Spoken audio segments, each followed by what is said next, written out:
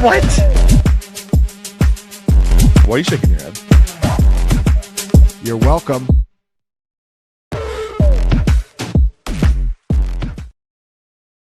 It was our most controversial episode last season, and it's back. It's the wide receiver Dynasty Tiers, midway-ish through the Dynasty season. I'm excited, happy to have everybody here.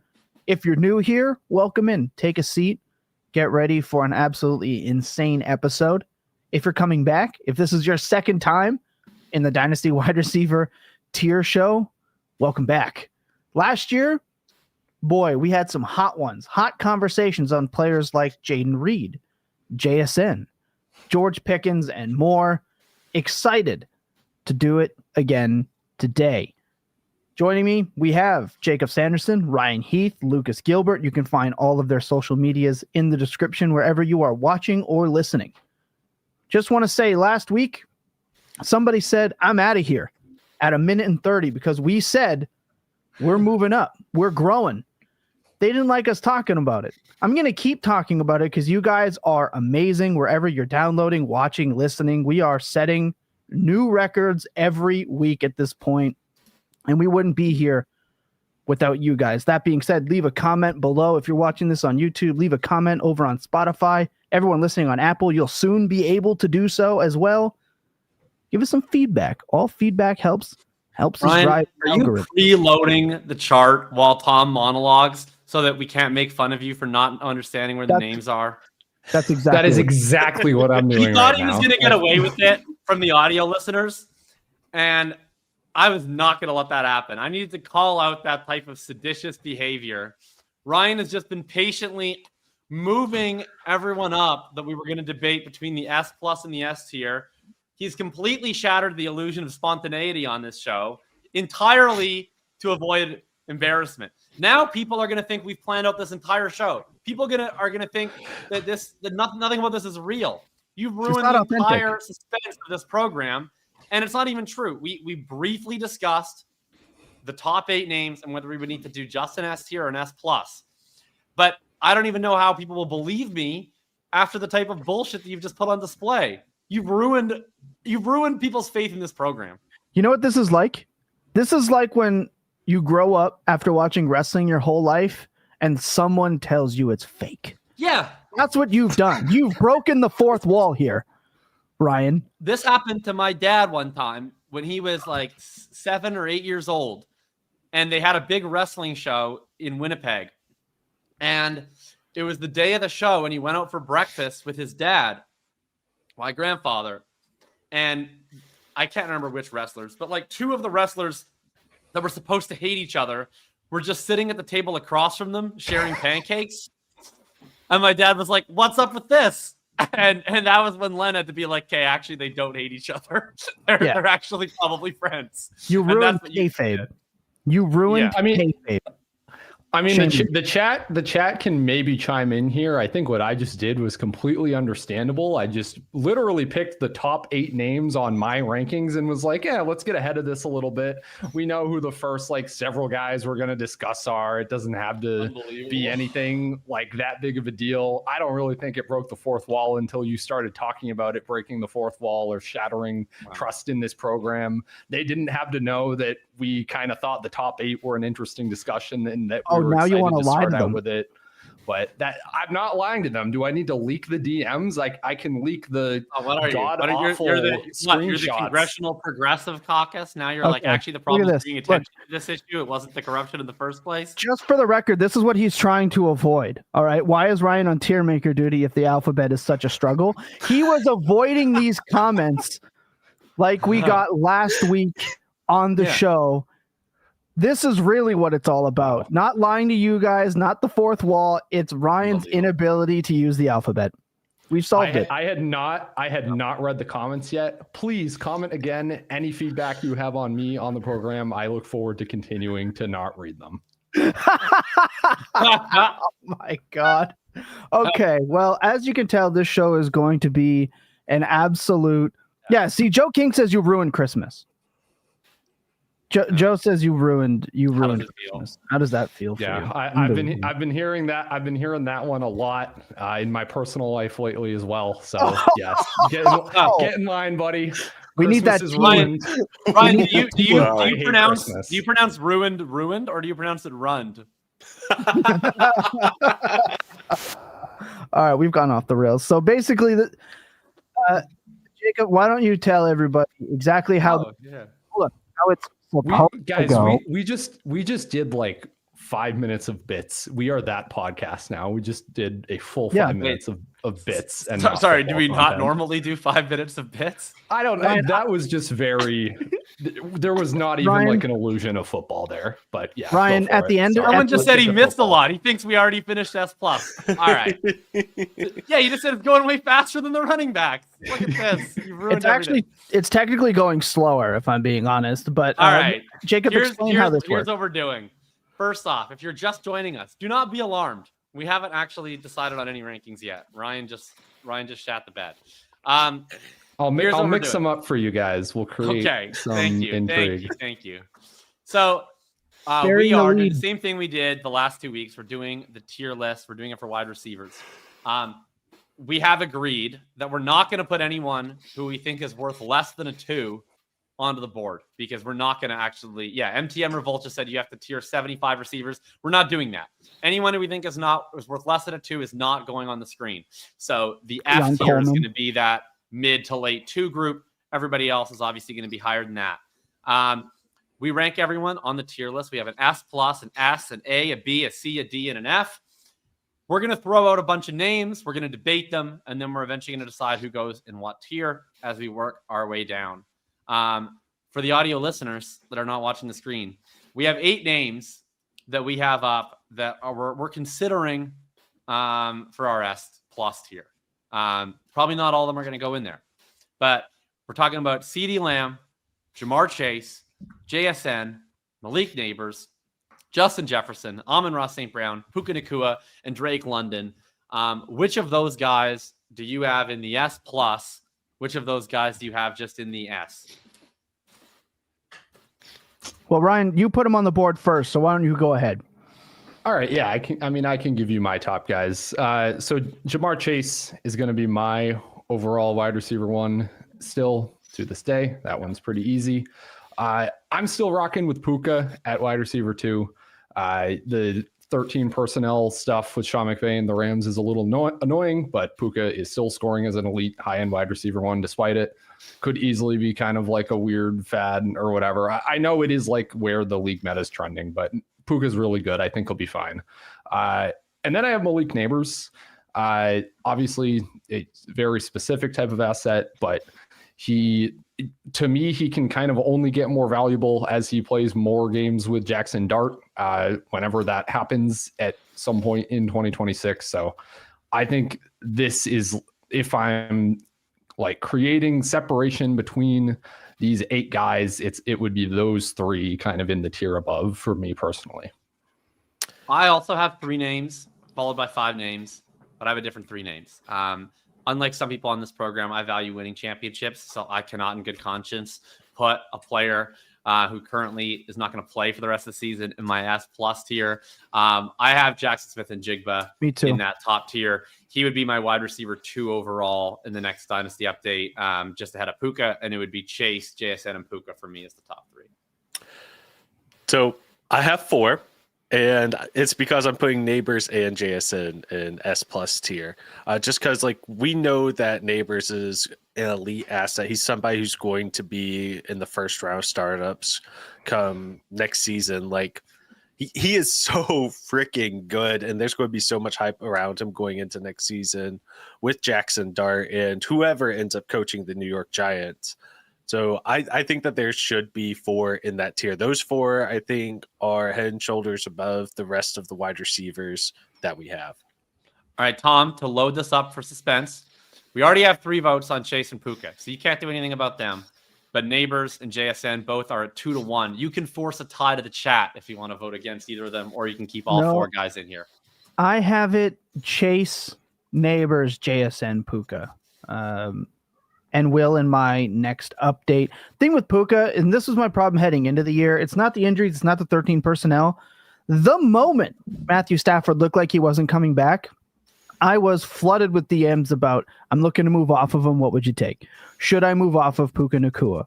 I think of this tier of player, he's just the most, I won't say situational dependent because he is an unreal player, but he is the most likely to lose a ton of value with a single situation change. So he's on the back end of those 4. I like the other 4 where they are. I was the highest of this group on JSN on this show last year, and I'm not the highest at this point as he's 3 for me. And Jacob, you said you're going to have him 2. So there we go. Yeah, but like I don't really feel that. Like to me, it's like I have Chase is 1. He just kind of has to be. He does. But I don't care very much between JSN and Puka. And Nabers, if he was healthy, would be by 2. But So not. let me tell you all what I offered somebody who's in the chat right now for JSN. Whenever I had Malik Nabers. So I offered for Chase Brown and JSN, Cam Scatterbo, Luther Burden, Malik Nabers, 2027 first and 2027 second, and got told heck no. And I felt like even then I was overpaid. Did they actually use the word heck? No. No, he just said that he's not interested. But Okay. It would have been It was way made cooler if clear. he actually replied, heck no, brother. oh, I say that all the time. Oh, we know you do. I believe that. I don't think I you've believe cussed that. once. But Oh, yeah, I gosh. think that's kind of insane. Like they're not that far off to me.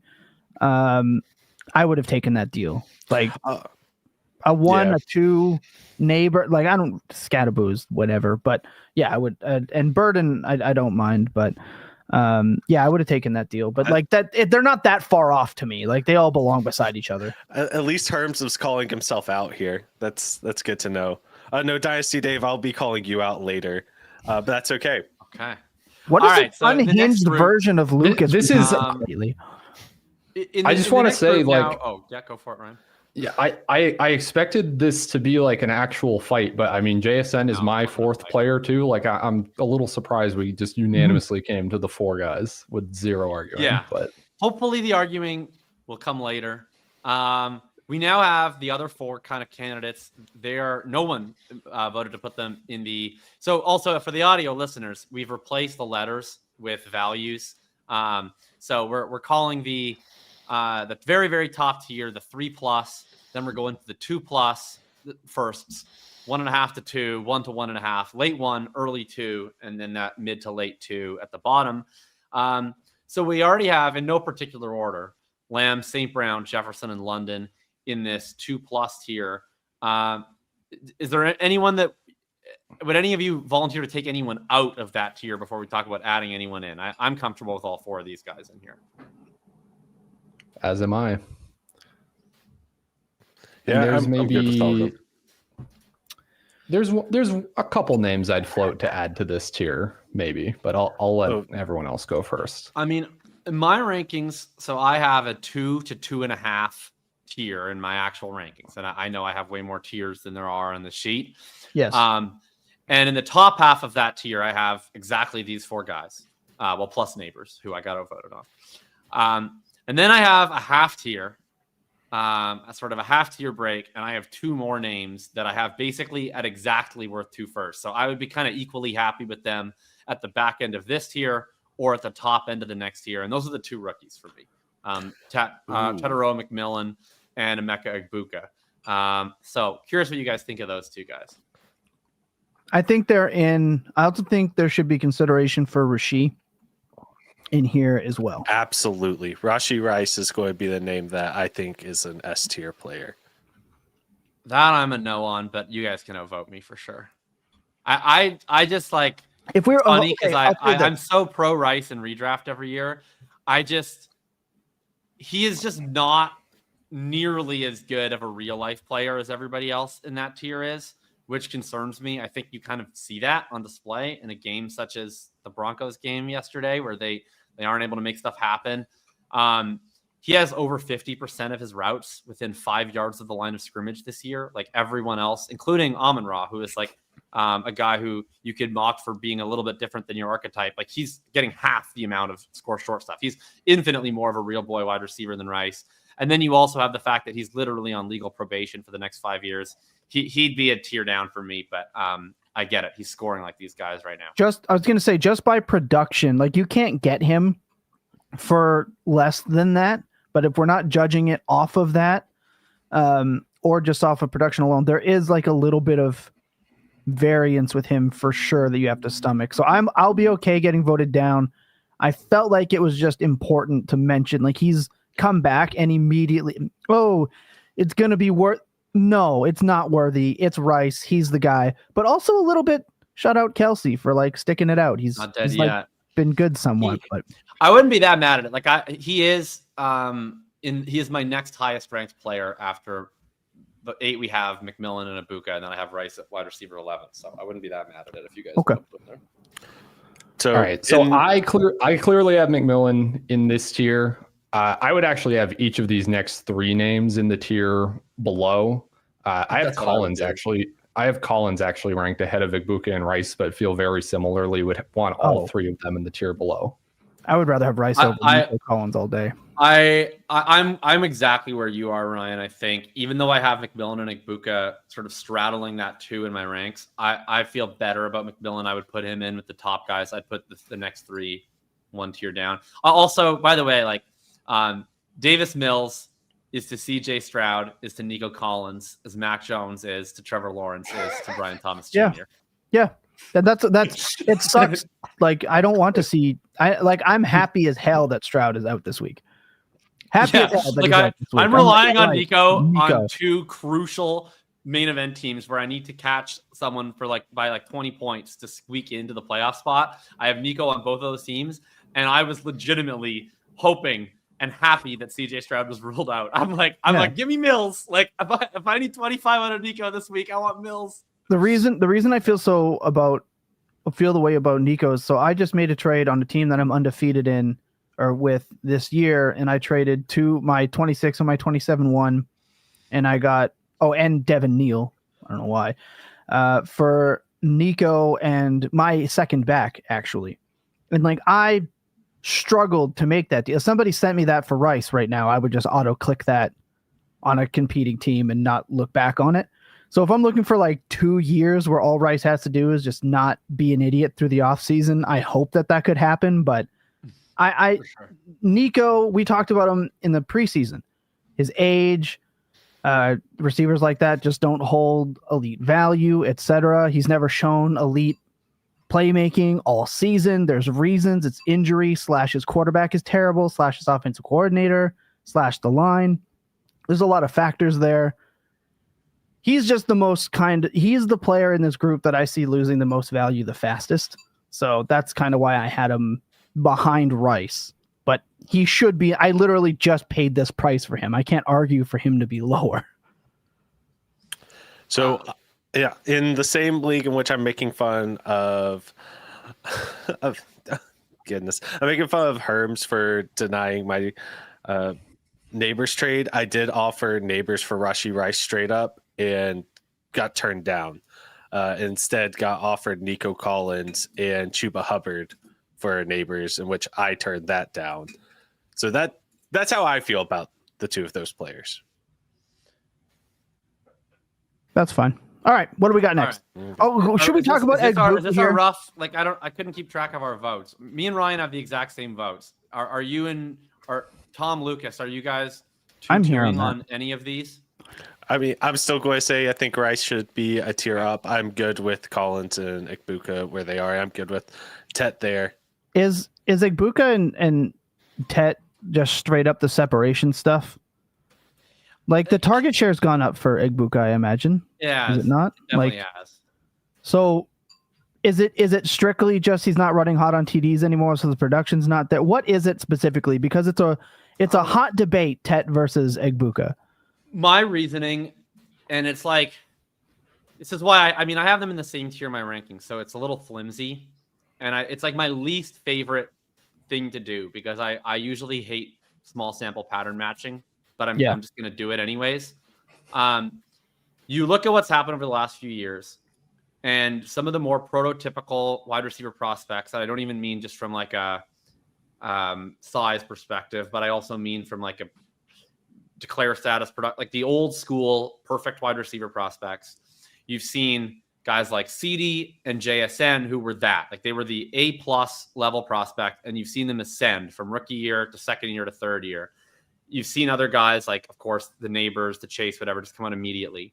But we've seen now a few of these guys like DeVonta Smith, Chris Olave, Lad McConkey now, where they come out as rookies and they're awesome. And they're still really good, but they don't elevate to that truly elite upper echelon. They kind of just stay what they are as rookies, more or less. And I look at Egbuka, and it's that smaller wide receiver, more technical, less of the all-around game and the 4-year prospect profile. And I just wonder if we wind up seeing that type of arc with Egbuka, where he's already this low-end wide receiver 1, but then he just kind of remains that, but he doesn't actually ascend all the way up to that S+ tier. I just feel a little bit more confident in the total upside of McMillan just based on the long view profile for me. I'd also, I think that is like, I think that's more sound than you're maybe giving it credit for, Jacob. I feel like there are a lot of examples of the senior late declare kind of topping out, or kind of showing up fully formed and then topping out. That might be something to look into in the offseason that I'll make a note of. But even better, I don't have to do it. Perfect. I can just retweet you. But yeah, also to me, like, I give Tet almost a little bit more credit that he is succeeding in the current situation he's in, where there is nothing else on this offense aside from a 27-year-old Rico Dowdle that was averaging 5+ yards per carry until the past 2 weeks. And then we see Tet just be able to go off for 30+ fantasy points when the Panthers are kind of forced to drop back and sling it against the Falcons. Like that to me is just like alpha prototypical wide receiver 1 stuff. Whereas, just a lot of Egbuka's production has either come with Mike Evans on the field or has just come when Baker's been playing out of his mind. And this isn't like a slight on Egbuka. Like it was a bad weather game last week. He had those few games where he was playing through a hamstring injury and everything. I think both of them are awesome, but yeah, I'll just give a little bit of a lean to kind of the prospect profile here. That does still matter to me, like at the margins here. Would the quarterback discrepancy like even it out at all to you guys? Like, we obviously know Baker is significantly better than Bryce. I don't think Bryce is going anywhere next year. Frustratingly, I agree, because they're winning games despite not being good. Yeah, does that kind of even it out for you? It's like, okay, well, he may not have that elite long term, but he's got Baker versus Toddler. Like it's tough. That's why I have them like still in the same tier. I mean, this is kind of awkward because like the way like this is 1.5 to 2 and 2 to 2.5, and I have them both basically exactly at 2. So the way it matches onto my rankings isn't quite the same, but that's why I have them similar. Like if they were in a neutral situation, I still do feel pretty confident that McMillan's the better player, higher upside player. I just feel that way. I think that the Baker factor does keep them pretty darn close, but like the way I'd put it is like for some of these guys that are in the same tier, I'm not doing this trade unless you add something on top, kind of either way. But if I have Egbuka and anyone offers me McMillan without anything on top, I'm accepting that every time, personally. I think that's fair. Any other names we should add into the 1.5 to 2? Yeah, probably. Let's throw some guys out. So without let's see. I actually don't have anyone else at 1.5 or above in my rankings, but I'll throw out the next group of players that I have at my 1.25 tier and see if any of you guys like them. Next 3 names up for me are Garrett and Rome and Lad. I don't know if there's any takers to put them in the 1.5 plus. I probably have them in the 1 to 1.5. I mean, all those guys are in my next tier as well, but I don't think I'm sending 1.5 first for them. I kind of agree that this is like weird. The 1.5 to 2 is just weirdly like a small distinct tier for me. I'll argue Garrett Wilson should be in the 1.5. I think he is. That's what's tough about these tiers and us not having like as many. But Garrett Wilson is just that guy. Like, he's unreal good. He's still young. Like, he's unfortunately got horrendous quarterbacking, but when he was healthy this year, he was still producing. I just think he's unreal. I think it's very hard to get him for less than 1.5. I did decline a trade straight up Wilson to Nico from our boy Mr. Gutierrez earlier today. But like I'd definitely rather have Wilson well over Rome, and I think I'd rather have him over Ladd, like pretty significantly. So I would argue for Wilson going up. I would not be mad at that. He's definitely the one I would feel closest to. Like, if he wasn't injured, I probably would even be fine with them. I get concerned. I mean, to me, it's like I'm thinking about it right now. So I care about the fact he's probably not playing again this year, or if he does, maybe the very last couple of weeks. That matters to me. And then just their quarterback situation is just so fucking bleak. And it's not even just their quarterback situation. Like, that might change next year, but like, I just have no faith in Aaron Glenn at all. Like, I just think he sucks. And by all accounts, he's going to be back next year. And I just don't know if I want to be financially invested in the Aaron Glenn experience again, because it's just been really annoying. Like, he's just on like 9 targets, 8 targets, 13, 8, 10. No, he's fantastic. On talent, I have no issues with Garrett Wilson. I love him. He was barely off of having started the year with 4 20-point games in 5 games. The only one he wouldn't have was against Buffalo. Then he gets hurt, misses by a week, and it's just been ass. Like, my team has missed him so horrendously, but he was definitely on like a potential wide receiver 1 parade with Justin Fields at quarterback. First 5 weeks, he was the wide receiver 6 in points per game.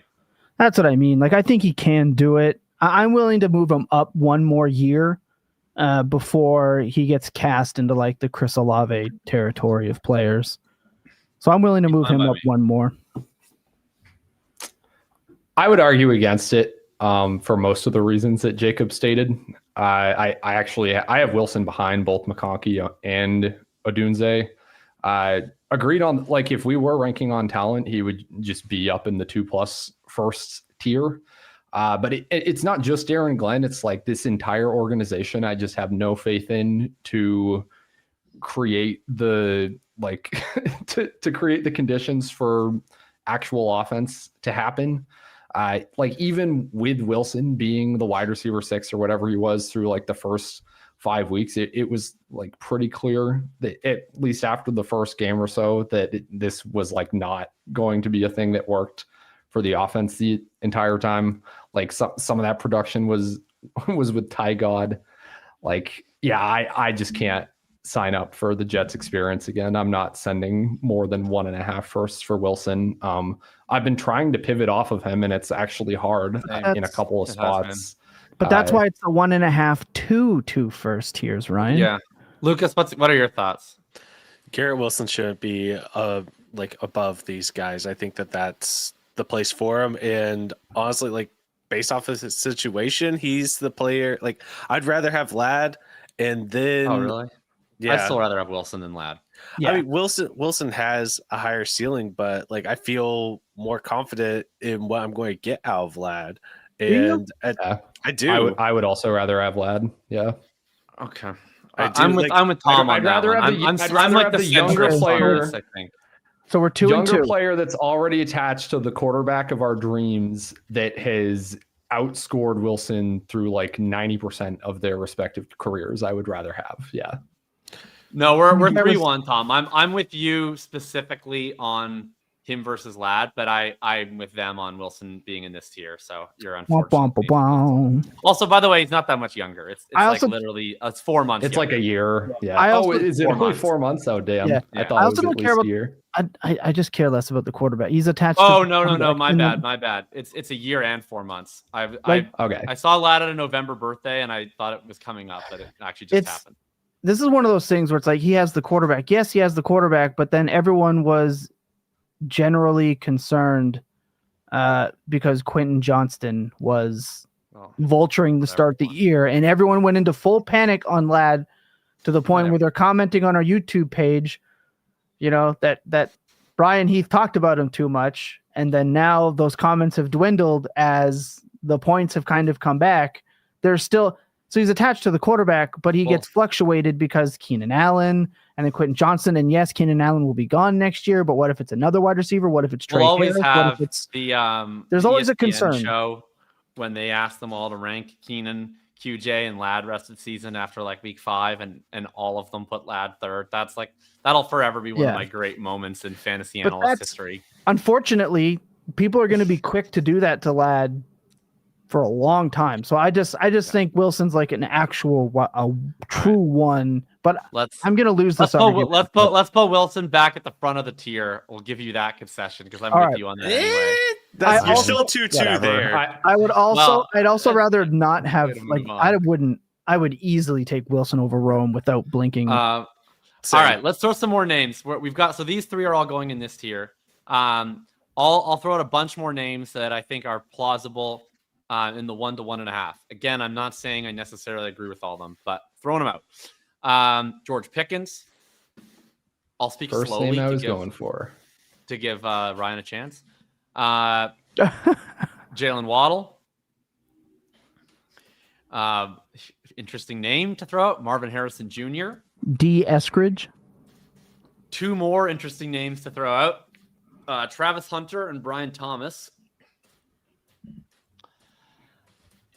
And DeVonta Smith, Chris Olave, and T. Higgins. I'm not saying I'm putting all those guys in there, but those are the group of possibilities I'm thinking of. If anyone else wants to put some more names in there, and then Olave and Higgins were the other 2 that I thought could be talked about. Come on, someone else pick up this dead air Jameson while I struggle Williams? to find T. Higgins. That's Jaden Higgins' brother. Oh God! Wait, is it? Oh, you're right. That's okay. that's Jaden Higgins. That'd be Jaden Higgins. Yeah. Nice try. That's good. I see Ryan has put Similar-ish Jameson color Williams in scheme. there. Okay. As well.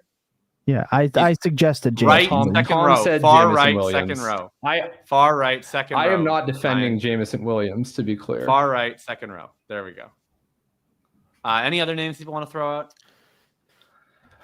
I think that's a lot. No, I mean, this is like a really have, wide band here. I still have Zay Flowers ranked Oh, above Zay. a few of these Yeah, names, Zay. so maybe we can I throw do him too. in. I do too. How I just about didn't say him because I actually had him a tier above a lot of these guys, and I scrolled right past them. how about the wide receiver I owe everything to this week? I would put him in this tier just for what he did this week for me against Andy Buckler. How about Michael Wilson? I mean, we're putting Marvin here. How about the better receiver from this week? Am I right? Buck, how did that 15 catch game look as I beat that ass? Just saying. Hashtag GGs. Any other real names?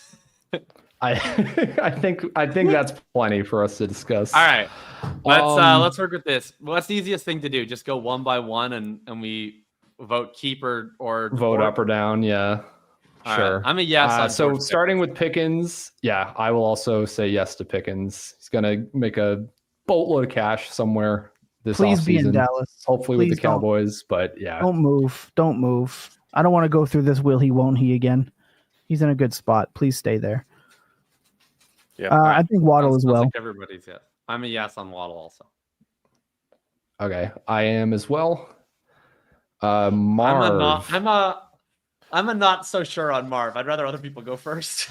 So I will say this: like after Waddle, with the rest of the names here, I just feel like I want Jaylen Waddle more than any other player here very, very easily. I want George Pickens more than any other player here very easily. Odunze, I feel like I have to, but personally, I don't want him more than some of these other players, but I know I should. And then, Garrett Wilson, McConkey, way more than any of these other players. Like, to me, Waddle is the end of the tier. It's an expensive tier. Fair enough.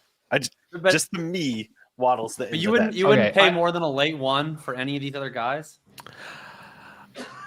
I probably would, but it'd be gross. But you would. Yeah, fair. Okay, so I kind of agree that those are like an easy 5. Can I nominate a 6th to join that group? And you're all going to I have a lot more than I think you're going to say group. Hunter. No, it's not Travis Hunter. I have plenty that are more than that I like in that group. It's Brian Thomas that I have above Waddle still. Okay. I'm a yes on both Harrison and Thomas, just from the perspective of they're really young, they have the draft capital, prototypical players, and like while Waddle is like a much safer bet, Jaylen Waddle really can't be valued more than that 1.2 to 1.5 first ever again. He's like already 27. It's for the rest of his career. He's valued here or he's going down. At least with Thomas and Harrison, like you can talk yourself into the elite ceiling a little bit. So I'm still a yes on them, even though I feel very dubious toward. I look at them with skepticism, extreme skepticism, but I'm still a yes vote for them in this tier. I just flash back to all offseason when every Brian Thomas Jr. stat was like, yeah, it's him, it's Jamar Chase, and it's Odell Beckham for like every rookie season accomplishment. Like, I don't know. Like, I understand it's been rough. He's like maybe been injured for part of it. He's maybe had a bad attitude for part of it. This offense has like found a new, like very run heavy identity. I don't think it's necessarily like an offense that will always be run heavy. Well, they got run heavy after Hunter and Thomas got hurt. Yeah, but I mean they've also been relatively successful, I'd say, when they've done that this year. I think like I don't know, maybe this is an organization that has like the vision to take a risk, like moving off of a Trevor Lawrence. There were like some interesting rumors at the trade deadline about them being in the quarterback market. So I'm okay with like holding stance on Brian Thomas for that reason. Just saying, yeah, he's very talented. Maybe the inputs, maybe the situation here changes in a way that things just kind of click better together for this passing offense. If you gave me even odds, I would bet that in week 1 of 2026, Brian Thomas and Trevor Lawrence are not both on the Jaguars. I think one of them gets moved. Yeah. Name is Trevor Lawrence. It might be both. Like there were rumors that they were hearing offers on Thomas. Lawrence obviously has not played well this year. It's a brand new regime that didn't take either of these guys. And like, obviously that connection is just horrible. So I think that I'm not convinced that like that's the only issue is the chemistry between them with how Thomas has played this year. But if that's the issue that's holding people back, I think there's a pretty decent chance that that's not an issue for long. Yeah. I mean the Jaguars were plus 2,000 to land Kyler Murray the last time I looked. So it may not be getting better, but it may not be getting better. Yeah, it may not get better, but it may not be Lawrence. That's a different problem. Yeah. I think he should be in this tier. I don't want him on any of my teams because he bothers me, but I think he should be in that. I'm only willing to keep Marv here just because we've seen something with Brissett. So I'll give him last stance. I don't think it's all like a yo-yo with Marv, man. Like I was so out on him, and then like you get the peek into what the Brissett thing looked like, and I was optimistic, but it was better than I could have possibly imagined. And I was like actually to the point of trying to trade for him. But then this week we see Michael Wilson just step into his role and like look infinitely better than Marvin Harrison Jr. ever has. So now I'm like, okay, it's tough. Like I was that first game against Dallas, I was like, ooh, like I'm interested. I lock buttoned him in DFS the next week. So this is just tilt, but like I felt like I was just watching him basically on every snap because I had all my money for the week lined up on him in the Seattle game. And it's just I still see so much non-competitiveness with him.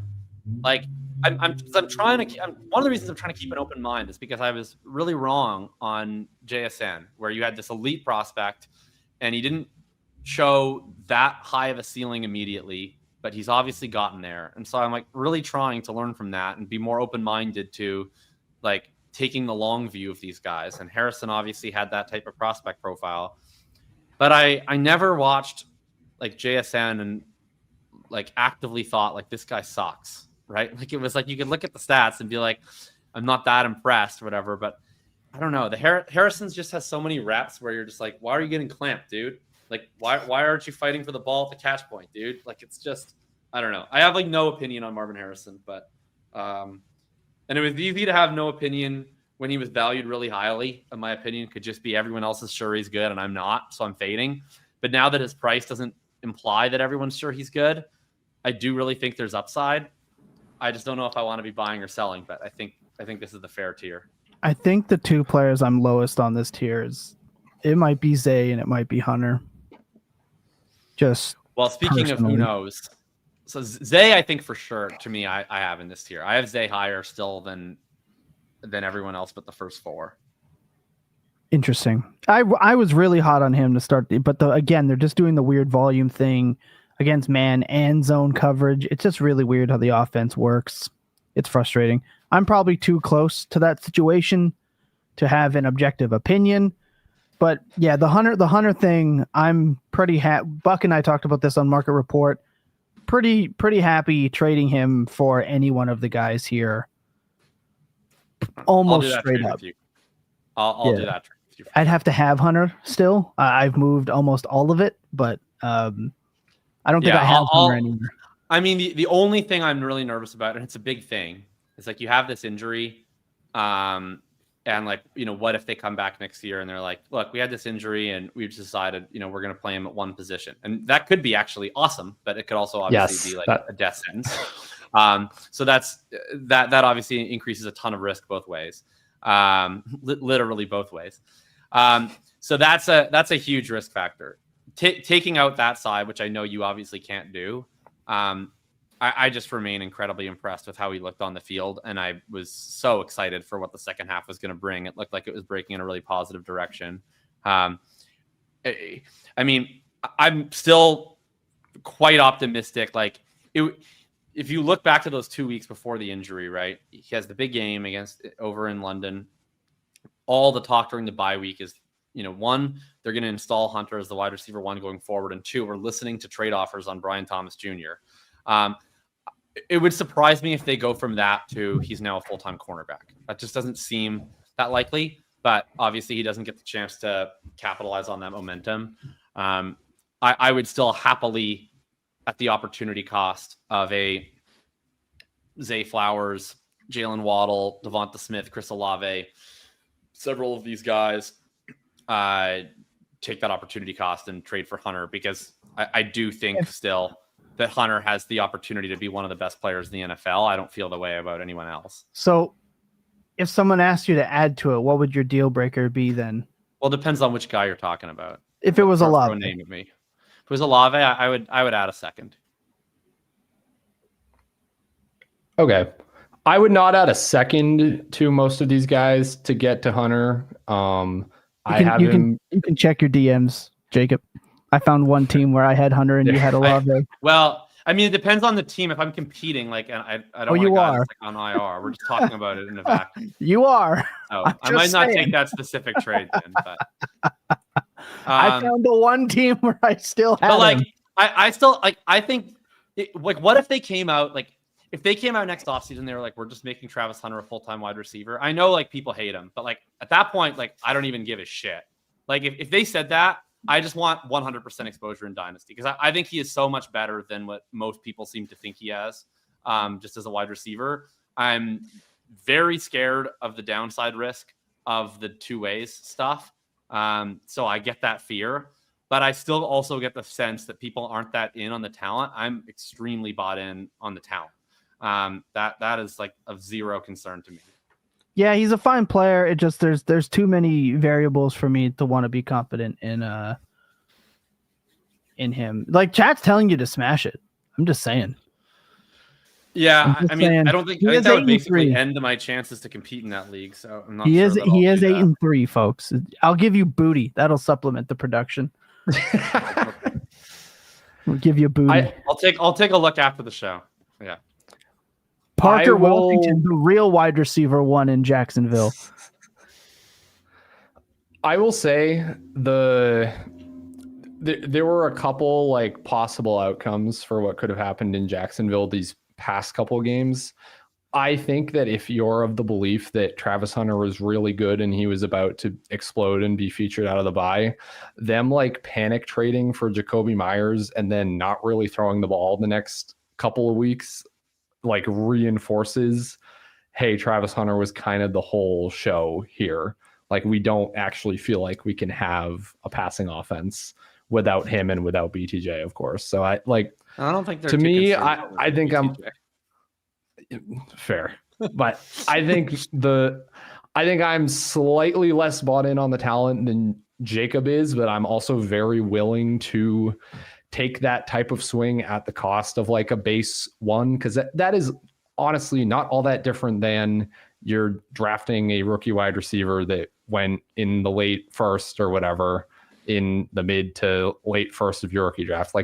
We honestly haven't gained that much more information. I think he's a little bit better than I thought he was entering the season, but we've also just got even more uncertainty, which is really annoying. I really wish we just like knew the answer of, is he going to play? Yeah, he got injured in an incredibly inconvenient time.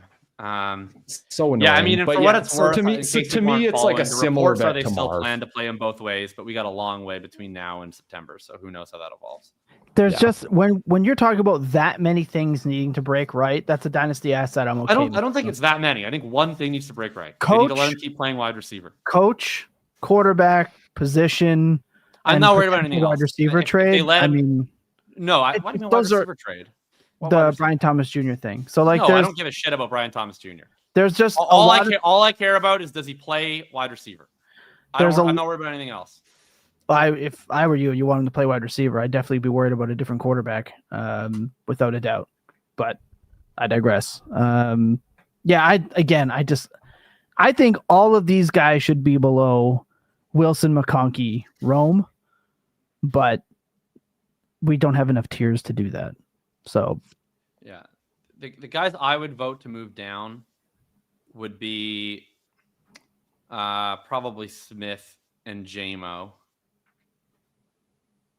And maybe Higgins, but you guys can vote them up if you want. Obviously, I think T. Higgins production. Those are the four.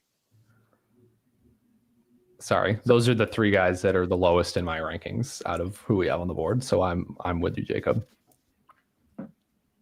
Man, I just think T. Higgins production is going to keep him. Like he should be beside Waddle, in my opinion. Fair. Like I wouldn't be able to like. Higgins and Waddle for me are like, all right.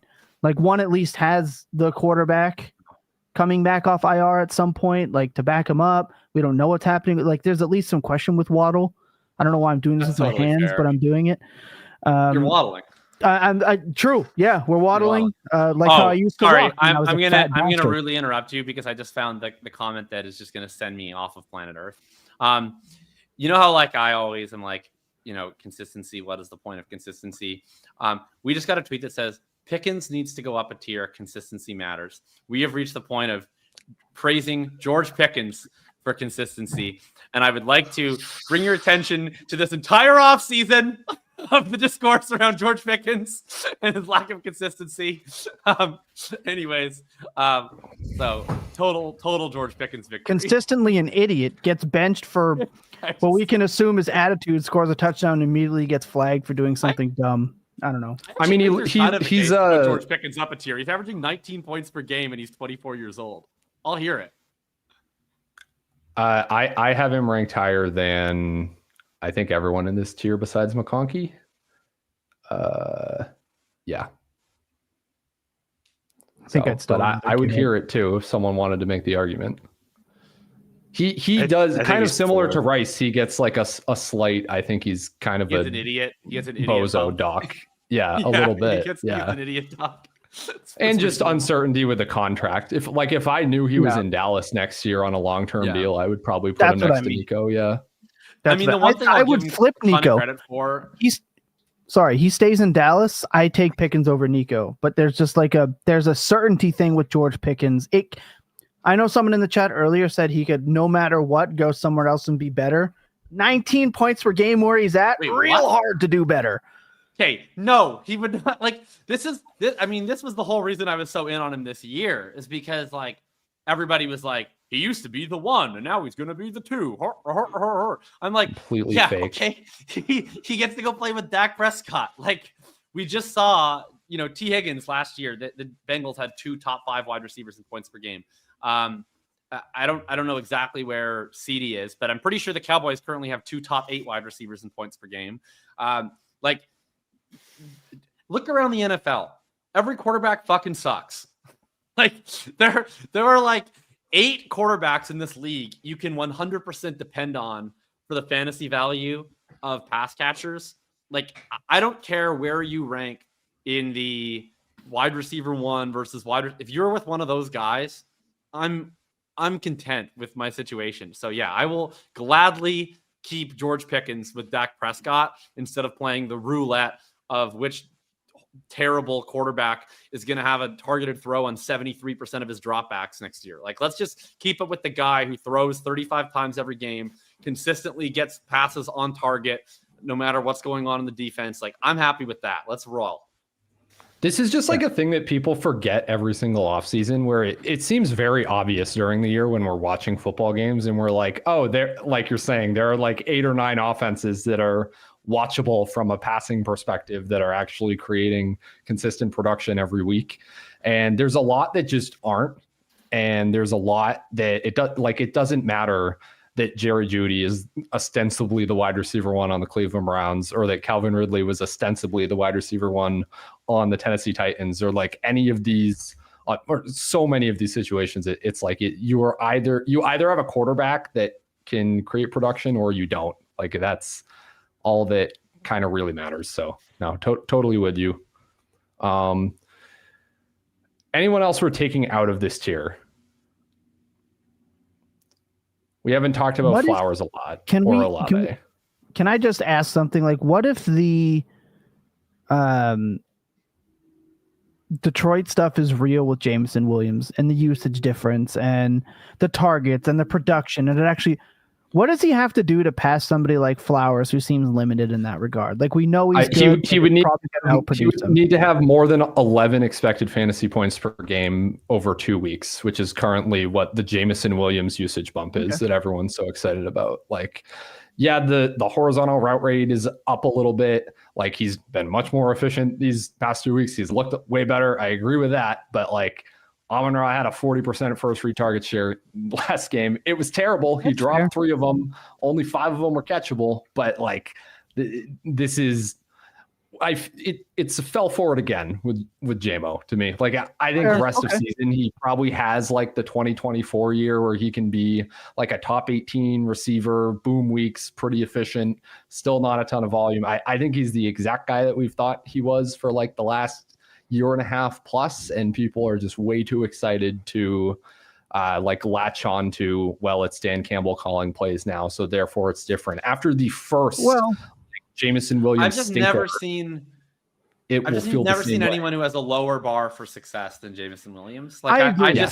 He does so many of these players, for instance, and I get he's in a higher tier, but we're arguing about having them potentially 1 tier apart, right? Like Card from Collectibles says, I'm just so done with Nico. Like, fair enough. But like the last 2 weeks, Nico Collins is averaging like 22 points and he has like 26 targets. Like, and I get that he's been like kind of disappointing over the course of the year. But like he has outscored Jameson Williams the last 2 weeks during the JMO breakout. And yet we're still getting like, I'm so done with this guy on Nico Collins. And with JMO, it's like, it's very much to me like the HR meme of like the, oh, you precious baby or whatever. Like I'm mixing up two different memes. There's the Gordon Ramsay one. There's the HR one. They both apply. Like he has 6 targets, 7 targets, 7 targets. He scored all 3 weeks. He looks good. And obviously you're happy with 16 points, 24 points, 20 points. That's great. But it's like, I just feel like the bar for JMO is like, it just seems like everything that he does that's positive, people get really, really happy to buy in on. And anytime he has anything negative, people seem very happy to excuse. Like, even with this recent it sounds stretch, like you're describing the Lions coaching staff and over the their whole approach to Jameson year. Williams. He is still at 11.8 points per game. That's in PPR. That's like so very blah. Like, if he averages, let's say it's not going to happen, right? And I ask this because I need to be objective and I need to be thorough, right? It's what I've based my entire brand around at this point. I've been the most anti-Jameson Williams guy vocally that I know of. There was the Jameson Williams versus Amon-Ra stuff that really set me off all offseason. I just see a world, and maybe I'm in Delulu land, and that's fine. I see a world where he could average 15 to 17 points per game the rest of the year and have these blow-up games. I expect next week against the Giants, Detroit's just going to put the hammer down because they got embarrassed in a primetime game. I can see 2 Jameson Williams touchdowns when they're up 25 points happening again. I can see this happening, and it's just going to carry his momentum. Let's say he outscores Flowers. So let's say he outscores Waddle. Let's say he outscores a lot. Is it enough if he does it the rest of the year? Would it be enough to put him in this tier heading in the next year, or are you still just, this is what he is? I mean, because people are going to look at it a little bit more about the peripherals than I do just the raw scoring. That's fine. Like, fair. Like the last 3 weeks, it's been still like 6 targets, 7 targets, 7 targets. And he's scoring these long touchdowns. And I understand that's what Jameson Williams is. But like the way I was sold the Jameson Williams bull case in the offseason was like, everything is going to be different now. They're going to run the offense through him. And it's like, if I start to see that, then I'm in. Sure. I will. Then I was wrong. But like, to me, this still feels like what Jameson Williams has always been, which is like a talented player who averages between 4 to 7 targets per game. And then like sometimes he pops off and sometimes he scores literally 0 points. And like we're seeing him pop off now in a few straight weeks. And earlier in the season, he was probably running cold where he was continually getting those dud weeks. Like I would just need to see him actually be a primary guy. Like, you know, like Zay, again, someone said, is the comparison Flowers. Like Flowers this year, despite underwhelming recently, still at 13 points per game, still outscoring Jameson Williams. And that's with 4 games with Tyler Huntley and Cooper Rush. You know, if we just took the Lamar games, it'd be higher. I do agree, unrelated to Jameson Williams, but Tom convinced me about T. Higgins. I don't actually have any good reason to say that he should be at a different tier than Waddle and Olave and Flowers. There's another guy. It's like so we got it'll be better next year when they address there's the O-line. He just seems like a player where there's always something. There's always something with Jameson Williams. I get he was drafted as high as he was. I just think, I think you guys are more right on the role player stuff. I feel like I would be I can't speak at all tonight. It would be disingenuous for me to not ask more questions about him and to just brush it off, especially as someone that's been so vocal. And I've got a bunch of nerds here to tell me why the data matters. So that's why. But yeah, T. Higgins has definitely got to be up there. Okay, so I'm going to propose like a different way of doing this. What if we just pulled Olave and Flowers down to the late 1 tier? And if you then guys Waddle's want to got to argue, come down too for me. Then personally. Waddle's got to come down. And I think to me, Waddle. Well, you maybe how old is? Can we ask? Can we? Well, while you look that up, can we just ask? Are we discussing the new nesting doll tier? Is that what we're kind of discussing right now? This Yeah. is the new wide receiver nesting doll tier. Okay, so T. Higgins is so he's 26. He's soon to be 27. Waddle's 26. Is soon to be 27. Flowers and Olave are 25. So I think you could justify having Waddle, Higgins, and Smith grouped together because they're 2 years older than Olave and Flowers are. But I think it's probably fair to have Waddle, Smith, and Higgins at least in the same tier because they're all the same age. And then at that point, I would Sure. I'm okay with it being this. Because in my opinion, if we look at what the nesting dolls are, they're players that can all score similarly on any given week. They're all in kind of the same-ish age bracket, kind of the same-ish value bracket. Always kind of yearning for them to do a little more. The player I think is going to be in this, look, aside from BTJ and Hunter and Marv, to me, there's enough question marks for them. I don't count them. If I'm going to predict the next player in here, it's Odunze. But he's not there yet. I just want it on record for next year. I think Rome is probably destined to be. I think that's fair. And on a related point, I was going to say one thing. I'm not even going to try to convince you because I don't even have it ranked this way. But this is just for the listeners. There's always players where, like, especially if you do rankings, where it's like, I need to rank like with my rational mind. But like I also have, my eyes, I have my heart, I have my gut where I feel things differently. If you're asking me about like my gut rankings, I think Luther Burden should be in the 1 to 1.5 tier, and I think he's going to be there one day. I just want that noted on the record. It's based on nothing. There's no possible database reason for this. I just feel it. It's just I have him ranked back. I have him ranked back to back with Jameson Williams, but like in a good way. That's high for me. I'll say that I think he has a high likelihood of being Zay Flowers. I don't know if he has a high likelihood of being anything over that. But again, that's based on nothing. That's based on nothing. We have nothing for it. I know. I also just want to say with Zay Flowers, like I get it. Like I'm always like kind of just doing Zay Flowers cope. Like I'll just note I would still have Zay Flowers a higher tier. He is 6th in the NFL in yards per route run. He has a 24% targets per route run. I get that he's not allowed to score touchdowns, and maybe that's just like what he's perpetually is going to be in the NFL. It's just like a nerd player who never scores touchdowns. But I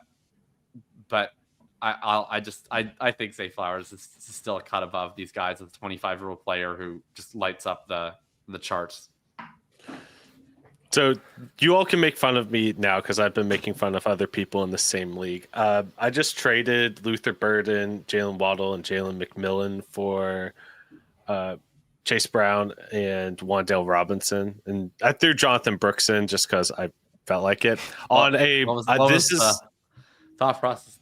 I am an extreme contender, and I wanted the points now. So that's why I've also been beat up by injuries, and I could not get anyone to make a deal with Nabers that makes any sort of logical sense. Oh, did you say Warren, not Waddle? I said Warren, yeah, not Waddle. Oh, I heard Waddle. Okay. I may have accidentally said Waddle because I have Waddle on that team. I might have just heard Waddle. Okay, I also heard Waddle, but okay, that makes more sense. I actually traded for Waddle earlier, but okay. I'm taking away my like very skeptical face as you said that. I mean, like, and I even said in the negotiations, I think that Burden's going to be great one day, but I need points now. Okay, I still like the other side of the deal, but I totally understand it now with it being Jalen Warren, not Jalen Waddle. I would be look. I love next year. I agree, but Burden can't be here. Burden can't be there right now. He's got to go down. But I will say Jordan Addison needs to be up there. I just want my vote. Addison was the next name I was going to bring up. I just want in the recording of this show that I have Burden there. Actually, I don't have Burden there in my heart. I have Burden actually a tier higher. But oh my God, you're going all in. Someone offered me T. Higgins for Luther Burden, and I respectfully declined, and I didn't provide a counter offer to that. All right, wow. I think Gutalytics has taken over a little too much from there, Jacob. I think have you considered that boy is nice? I'd like to see it. I'd like to see that he's hashtag that nice and we got T. Higgins out there. You don't have to put him there. I just want it for the record. I mean, I would never, No. I am never taking the 201 for Luther Burden right now on any team I have him. So I feel like he should be in the late 1 tier personally. But maybe I'm just too high off my own supply of like he finally ran more routes than Olamide Zaccheaus this week. Like that. If that happened 2 weeks ago and he hadn't scored anything yet, I would feel differently. But I need to see it right now. Can I just say, like, we've talked about, like, you know, he's here even though he hasn't done anything yet. He's here because Luther Burden hasn't actually done anything yet. He's got to go into would feel irresponsible if somebody watches this program. And by the way, you shouldn't do this. If you're watching this program, you're like, I need to go and buy this wide receiver. Where do these guys have him tiered? They see Luther Burden. I'm sorry. I think that would be irresponsible for them to go and pay a late 1 for Luther Burden. You know, Really? I would because he's gonna be the wide receiver 2 next year there. DJ Moore, it's not for long, man. You have 1 catch in your last 2 games. You fucking suck. So it's like, do I want a talented wide receiver 2 for where the Bears are going, or do I want the talented wide receiver 2 for the worst quarterback I've ever seen in my life? Like, I would trade Jordan Addison for Luther Burden right now. I would argue that Caleb Williams not doing any favors for even guys like Roma Odunze right now. He's not that good. He's not that good, So, but he's better than we're kind of, you know, we're back to waddling, right? We're back to this. I don't know.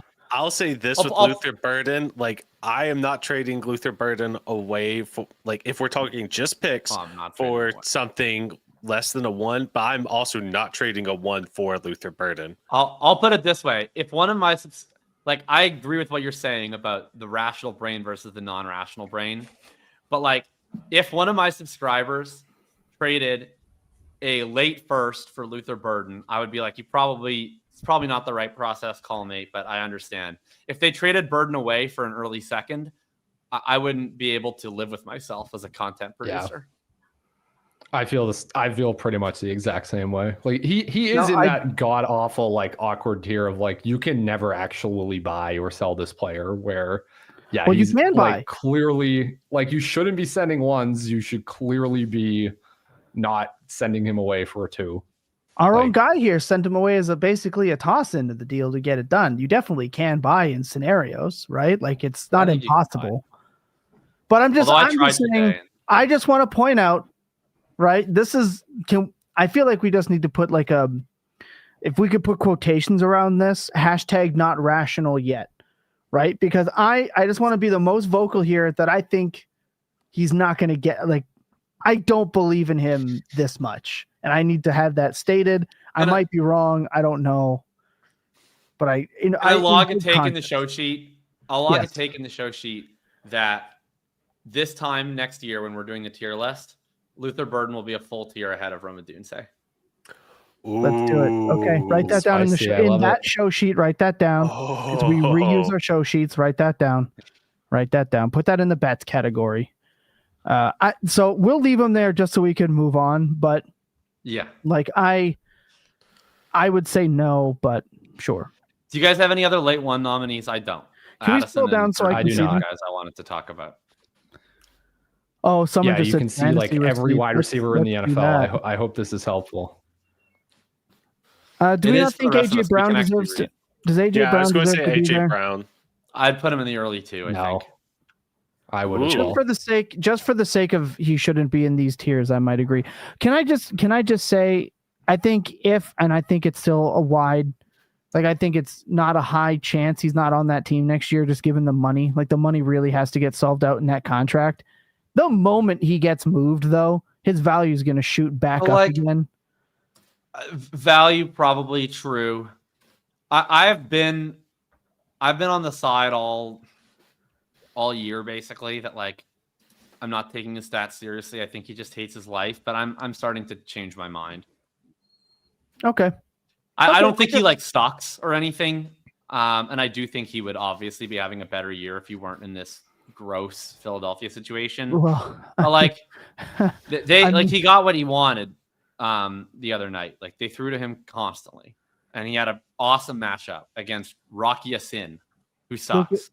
And like prime AJ Brown would have had 10 for 150 and 2 on Sunday Night Football. And like you're just watching some of the all 22, and it's like you can still do some stuff. I think the stuff he can still do well, unfortunately, is the stuff that Hurts is afraid of, which is the middle of the field, which to Hurts is like a very scary abyss where no one knows what happens. But like he used to just like destroy people on go routes. He was like one of the best go route players of this generation, but like he doesn't really win on those anymore. So yeah, it's like, and he's not like, it's fair to say he's not like a Stephon Diggs or a Keenan Allen, where it's like when they don't have their top stuff, you know, you can kind of use him in a different role and he can just win with technique. Like the whole idea is he's always been technically sound, but bigger and faster than everybody else. And I don't know, I guess it's probably just coming undone a little bit. I also want to just quickly say on AJ Brown, Jeff Muller, who I want to give a ton of credit to, had a take basically a couple years ago. I forget exactly what the procedure was. Brown had something done to his knee. And basically he was like, this is like, he's going to be fine for like the next few years, but this is something that can cause like the knee and the explosiveness and everything in an athlete to deteriorate like after a few years. It was some sort of like screws or something. Linked to it in the everything report for week 12 everything report. Everyone can go check that out. Scott Barrett wrote that full blurb that I thought was very well argued. But yeah, long and short of it is I think there's good reason to believe Brown is just a diminished version of himself now. That's not to say he's never going to score fantasy points again. That's not to say he's going to be out of the league in 2 years or whatever. But I don't know that the like overwhelming upside AJ Brown-ness upside is there anymore. Yeah, and I'm trying to just it took me a while to get there, but I'm trying to be as unbiased as possible. Like AJ Brown is my favorite non-Colt of all time. So like it's really hard for me to believe that he's not that dude anymore. But like if I try to be somewhat intellectually consistent, like I'm usually the guy who tries to be first out on Cooper Kupp, the Tyreek Hill, the Allen Robinson. And like more often than not, I've been correct in those. Like this 28 plus wide receiver who everybody thinks is going to have a bounce back year is probably just toast. That's like my take basically 100% of the time. And I would say I'm right like 80% of the time. It's probably not like correct for me to be like, but not my favorite player. Yeah, you're right. For me, the warning sign came for me from one of our good friends, Cam's Not Sober, on Twitter when he changed his Twitter handle to "Why is AJ Brown 230 pounds running a whip route?" And I was like, you know what? I've never thought of it that way, and it hasn't gotten better. I just felt like it was important to note that the moment AJ Brown's not an Eagle, you're going to end up recouping some value. But this chart is not true. Don't totally sell true. AJ Brown right now. Don't sell AJ Brown right now. Yeah. Because he will definitely get like we saw with Cooper Kupp a couple years ago, or A-Rob or Tyreek Hill. Like people will buy in over the course of the offseason. Well, DeVonta is different than those guys. Like he was not someone I was writing off because DeVonta, like obviously he's not peak DeVonta Adams, but like there was a big difference between what we saw with some of these guys where they just drop off a cliff. Like DeVonta has remained good this whole time. Mike Evans has remained good this whole time. Like that's been much more gradual. AJ's drop off is precipitous. Like he had never been below 2.75 yards per route run in his entire career, which like, first of all, shout out to AJ Brown. He's sick, dude. But he's at 1.59 this year. Like that's a catastrophic fall. Well, Spelkowski says if Brown hams in playoffs, maybe a good sell window. He says I don't play Dynasty. I talk about that a lot, where the last image of a player, if it's good, will matter more than if they were good the rest of the year. And I feel like that has the opportunity to be true here. So you're definitely right. Also play Dynasty. Trust us. You'll love it. I see Lucas toss out a bunch of names. Lucas, why don't you just keep adding, Ryan, why don't you keep adding everyone you're going to add, and then once you're done adding people, I'll maybe throw in some extras. And while we have that time, I can say today. Yeah, sounds good. While we have that time, before I'm interrupted again, No, I'm kidding. Today's podcast is sponsored, obviously, by the Fantasy Points Premium Package, which includes all of our betting and DFS content. Not something that we talk about often, but Ryan did mention that we should start a DFS podcast, considering we absolutely crushed one way or the other. Not by one of us, but we all either had one of Jameson Williams, Tet McMillan, Sean Tucker, and Christian Watson in our weekly picks lineup. Why do we do that? Because we all subscribe. We are all part of the Fantasy Points Premium. Ladies and gentlemen, we're on a heater like none before. We started giving out recommended anytime touchdown bets in week 6. We are up 30 units just over the last 6 weeks. To put that into perspective, a $100 better is up $2,960 on the season. Over an even larger sample, the legendary Justin Varnes is up 103 units with a 65% hit rate over the last 3 years. It's not a flash in the pan. It's just what we do. You can cop a Fantasy Points Premium subscription right now for just $87.50. That's not per week. That's for the rest of the year, now through March. Less than $90 to get all of our betting and DFS content, and you get so much more with that. You get the Discord access. You get the personal access when you do get into the Discord. We've got subscriber-only live streams, whether it starts sit if you play weekly and you've made it this far, or you're into everything John Proctor and Scott Barrett provide in the Sunday update. Not going to want to miss that. You can get that link. It's in the description. It's at the top. Take advantage of it while you can. Let's go. Ryan, you've put every name that I have for early 2 and like several names beyond that, so I have nothing more to add. That's kind of was my thought. This is everyone that I think should be on the chart, and we can sort them out. And I have a few more for the chart. But Tom, what are you doing? We're celebrating that Michael Pittman Jr. is not argued for to be on this list. He is on this list. Hashtag not dead.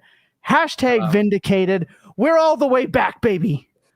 All the way back. All right. I got plenty more names for the last tier, but anyone got anyone else suggest for this early 2 tier? Can we scroll down? I was doing the hashtag before we start knocking names off. Yeah, I was doing the hashtag ad read because I'm a corporate shill. Only for the early 2. If anyone's got any other names, I got plenty for mid and late. Yeah, there's a few I could put in late 2 here. For Alec sure, Pierce. But I just. Yeah, for when we get let's do the early 2 first, and then we can. I just wonder or you want to put them in early 2. Well, the reason I'm asking is someone in our Discord asked me why I have Alec Pierce where I have them because you moved him up so substantially. I thought it'd be interesting to have that conversation about him. Yeah. Because I still have him as an early 3 or a late 2, and someone was saying you had him up significantly higher than that. So I do. I have him all the way up, I think, to the base 2 range. So I mean, let's talk about this because we're going to talk about both of these guys. So for what it's worth, I have Pittman in the early 2, and I have Pierce in the base 2, just because longer sample size of one of these guys being a legit dude than the other. But from Fantasy Points own, Chris Wecht. Here's Colts Alec Pierce versus Michael Pittman the last 5 weeks. First read target share. Alec Pierce, 29%. Michael Pittman, 24%. Target share.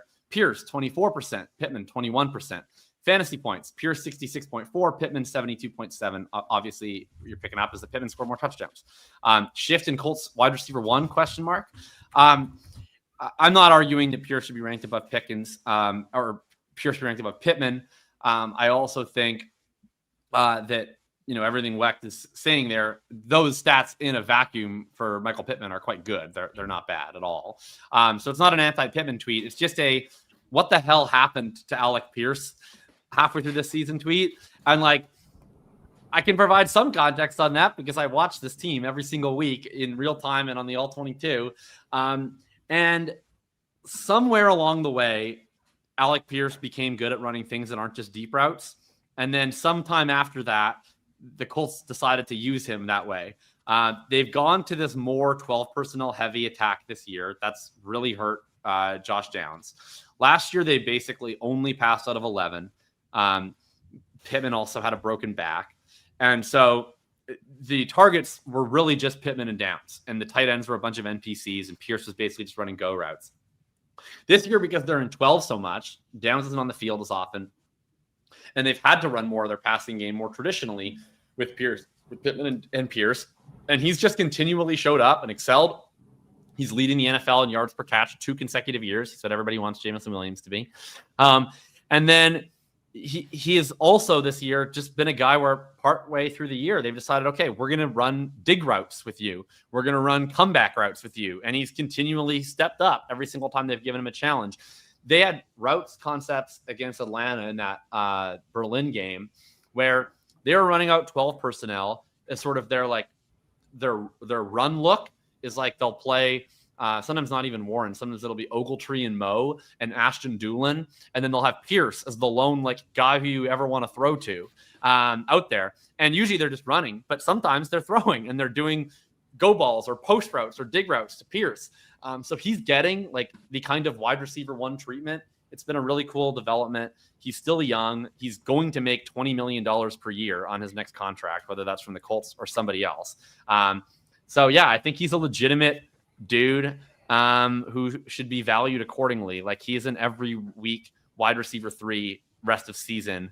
I was so excited to pick him in player picks, only to realize that he's ranked as the wide receiver 25 this week. You can't even pick him in player picks anymore. So yeah, I don't think he should be ranked above Pittman. We just have a way better sample size on Pittman being a legitimate every down target earner, but I think he should be on this list. And I just think of him as a fundamentally different player, I guess, than I did previously. I think, yeah, I'm there with you.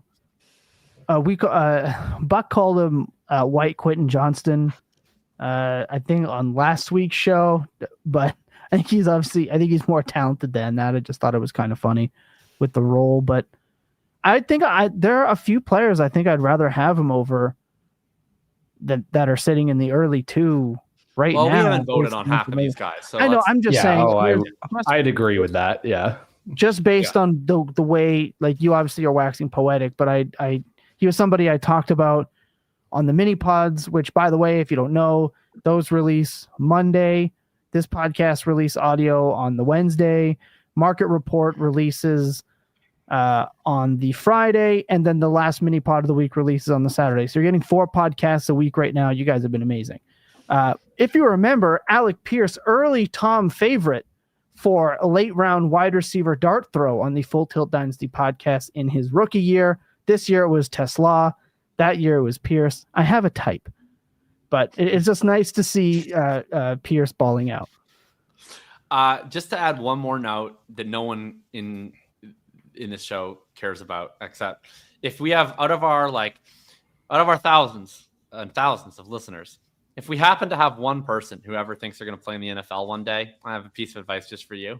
Go watch the Jonathan Taylor 83-yard touchdown run versus the Atlanta Falcons. First of all, because it's one of the coolest runs you'll ever see, but also because Alec Pierce is blocking dudes 75 yards downfield. If you would like to play in 1 wide receiver sets and 2 wide receiver sets on whatever football team you are a part of, and you happen to play the wide receiver position, go watch that and do that, because that is how you never come off a football field. If you are fully sprinting 75 yards down the field to block dudes to set up a touchdown run. I saw that and I instantly ordered an Alec Pierce jersey.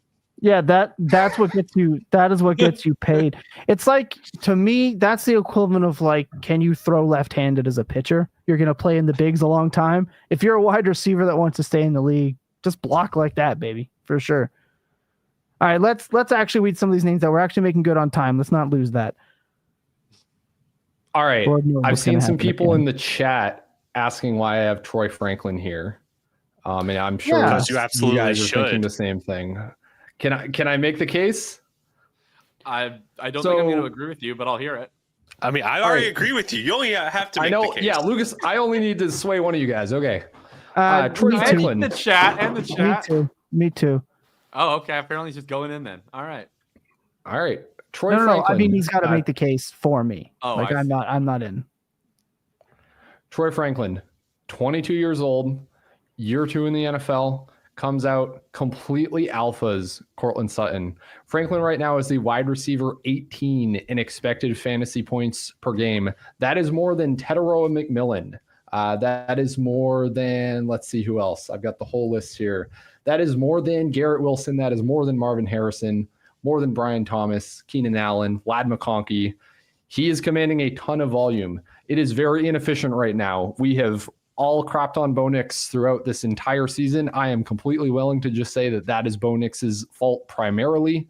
Yeah, okay. It's a second-year player that is coming in. Sorry, I thought you were going to say entirely. I can accept primarily.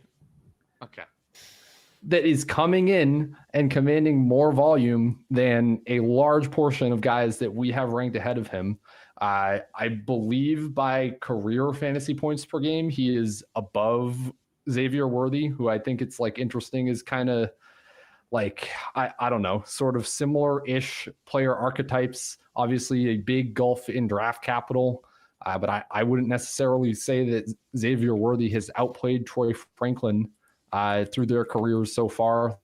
Like I think he's totally worthy of an early 2. I know this is nowhere near consensus, but I think it will be in 2-3 months from now, kind of as this season sinks in, or maybe it won't be until early next year until the fantasy points like actually come, the regression hits, all of that. But I think he's a legit dude that I would be decently happy to send. I think he should be valued at an early 2. I will say he is valued currently ahead of like Matthew Golden to consensus. If you add all the consolidation sites up, Jaden Higgins, Alec Pierce, Cortland Sutton, he's still behind like Quentin Johnson, Luther Bird, and Devontae Adams, Xavier Worthy. So this is probably where he is just based on his recent movement, but the inefficiency stuff really bugs me. And I know it probably shouldn't. I understand that. That's why I have you really smart people here to like talk me through stats better than I can. I just don't know if I can put like a 3 for 17 on here, a 3 for 19 on 10 targets, 4 for 27 on 10. That's tough for me to do. But we'll see. I think early 2 is acceptable. I mean, it's still 45 targets over the last 5 games. I agree. I'm hearing everything you're saying. He has 0.4 fewer fantasy points per game than Marvin Harrison this year. He's over 12 fantasy points per game. Like, it's inefficient, but he's scoring fantasy points. It's not. I know. Like it's not like this is a purely theoretical dynasty asset. I agree. It's not like Marvin Mims was last year, right? Where it's kind of flash in the panty, people are paving the way for it, etc. I think it's more real than that. I would still, man, it's tough for me to put him there. Maybe I'm wrong. Maybe you know what? I'm willing to say I'm wrong on this. I know our guy Swales is all over him. I did just talked about him on one of the mini pods. He is a sell to me in Dynasty overall, just based on who he's kind of going around, who he's kind of going near. If you're looking at trade, I went and did a deep dive on some trades. Some of the players you could pull, it was like you could go and get Olave for just a snack in some of these trades that I went and pulled from different databases. He was a sell for me in that regard.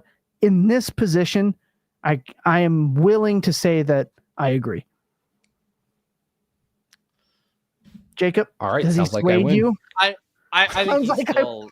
think he's still really rough at the catch point, and he just leaves too many plays on the field. And to me, his elevation is a little bit more of that. Cortland Sutton might be on the wrong side of his career. Well, he does have the buy answer. I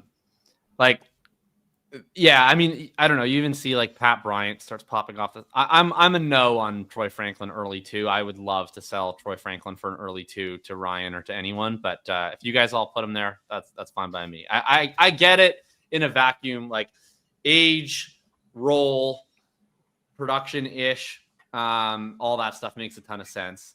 I just don't think he's actually that good. How about the shower narrative? Right, we've got Bo Nix and Troy Franklin. I just learned about this, by the way, the old Bill Simmons shower narrative. So shout out finding that one out now. But you just learned about it. I'm the only Troy Franklin negative, I guess, on this program. That's fine. Yeah, not happening for me. All right. Who else needs to go down? He has multiple games of 0 points in the last 4 weeks. Super right. Get him out. Yeah. Adams can stay for sure. I I don't really need Pearsall to stay, but I guess he has his fans, so sure. I don't need Higgins to stay up there either. He's showing signs of life. That's kind of where I'm at. I would be Higgins and Noel down to the next tier for me. I would move Pearsall down. Ugh, that sucks to say, but I would. He had such Ricky Pearsall. I'd be Ayuk down too, I think. I think Ricky Pearsall had such a chance. He had the runway. He started out great. Then he gets hurt again. Now everyone's back. Now what's the role? It's just congested. I think it's crazy that the injury he's come back from the fastest was getting shot. It's just tough for me with Pearsall. We have the chat asking for Tez Johnson. Where is Tez? Maybe the last year. The only names that I personally would have in the early 2 tier would be AJ, Worthy, Adams, Pittman, Metcalf. I don't even know if I'd have Worthy in there. He's just absolutely been dogged since Rice got back. Absolutely little bro. Yeah, I wouldn't argue that hard. I mean, against fair dropping enough. him even further. I'm a Worthy hater, but he's still 22. He has the pedigree. Does he? He's dealing with like multiple injuries. So I think I'm open-minded to giving him an excuse, but I don't like him. I think he's bad. His body's as durable as an 85-year-old woman because it's about the same size. So get Diggs out of here. He's like 33. Yeah, I'm totally cool. Watson, base 2, McLaurin, I'm cool with all of these. I think Ayuk is maybe the one that's worth having a conversation about. All right. Fair enough. I mean, he was the guy that was like once upon a time, like really, really, really good. He's a hashtag Jacob large adult son. Yeah. He's an OG large adult son. Yeah, he's just grown up, Jacob. He's had a rough go along the way. He needs your guidance. So I have, I guess, significantly more confidence that Ayuk, even like currently, would like post the injury before we've seen him come back or anything. I think there's a pretty sizable chance he's better than most of the guys in the base 2 to late 2, just better at football, even post injury. I mean, maybe I'll look silly on that, and he could just be a total shell of himself. But I think it's at least worth having him up in the early 2. I think maybe you don't get like the immediate value bump when he comes back, but I think you get maybe a full off season of, if we saw like 3 or 4 games of him being kind of bad or kind of not looking like himself. We have a full off season of people remembering Brandon Ayuk. It's not like anybody else in San Francisco has really stepped up and established themselves to kind of take that like big number 1 role. Like he could the old Brandon Ayuk would absolutely have stepped into this team. Isn't he signed long term? Am I totally wrong? Yeah, but like the vibes can't be contract drama. The vibes are so bad.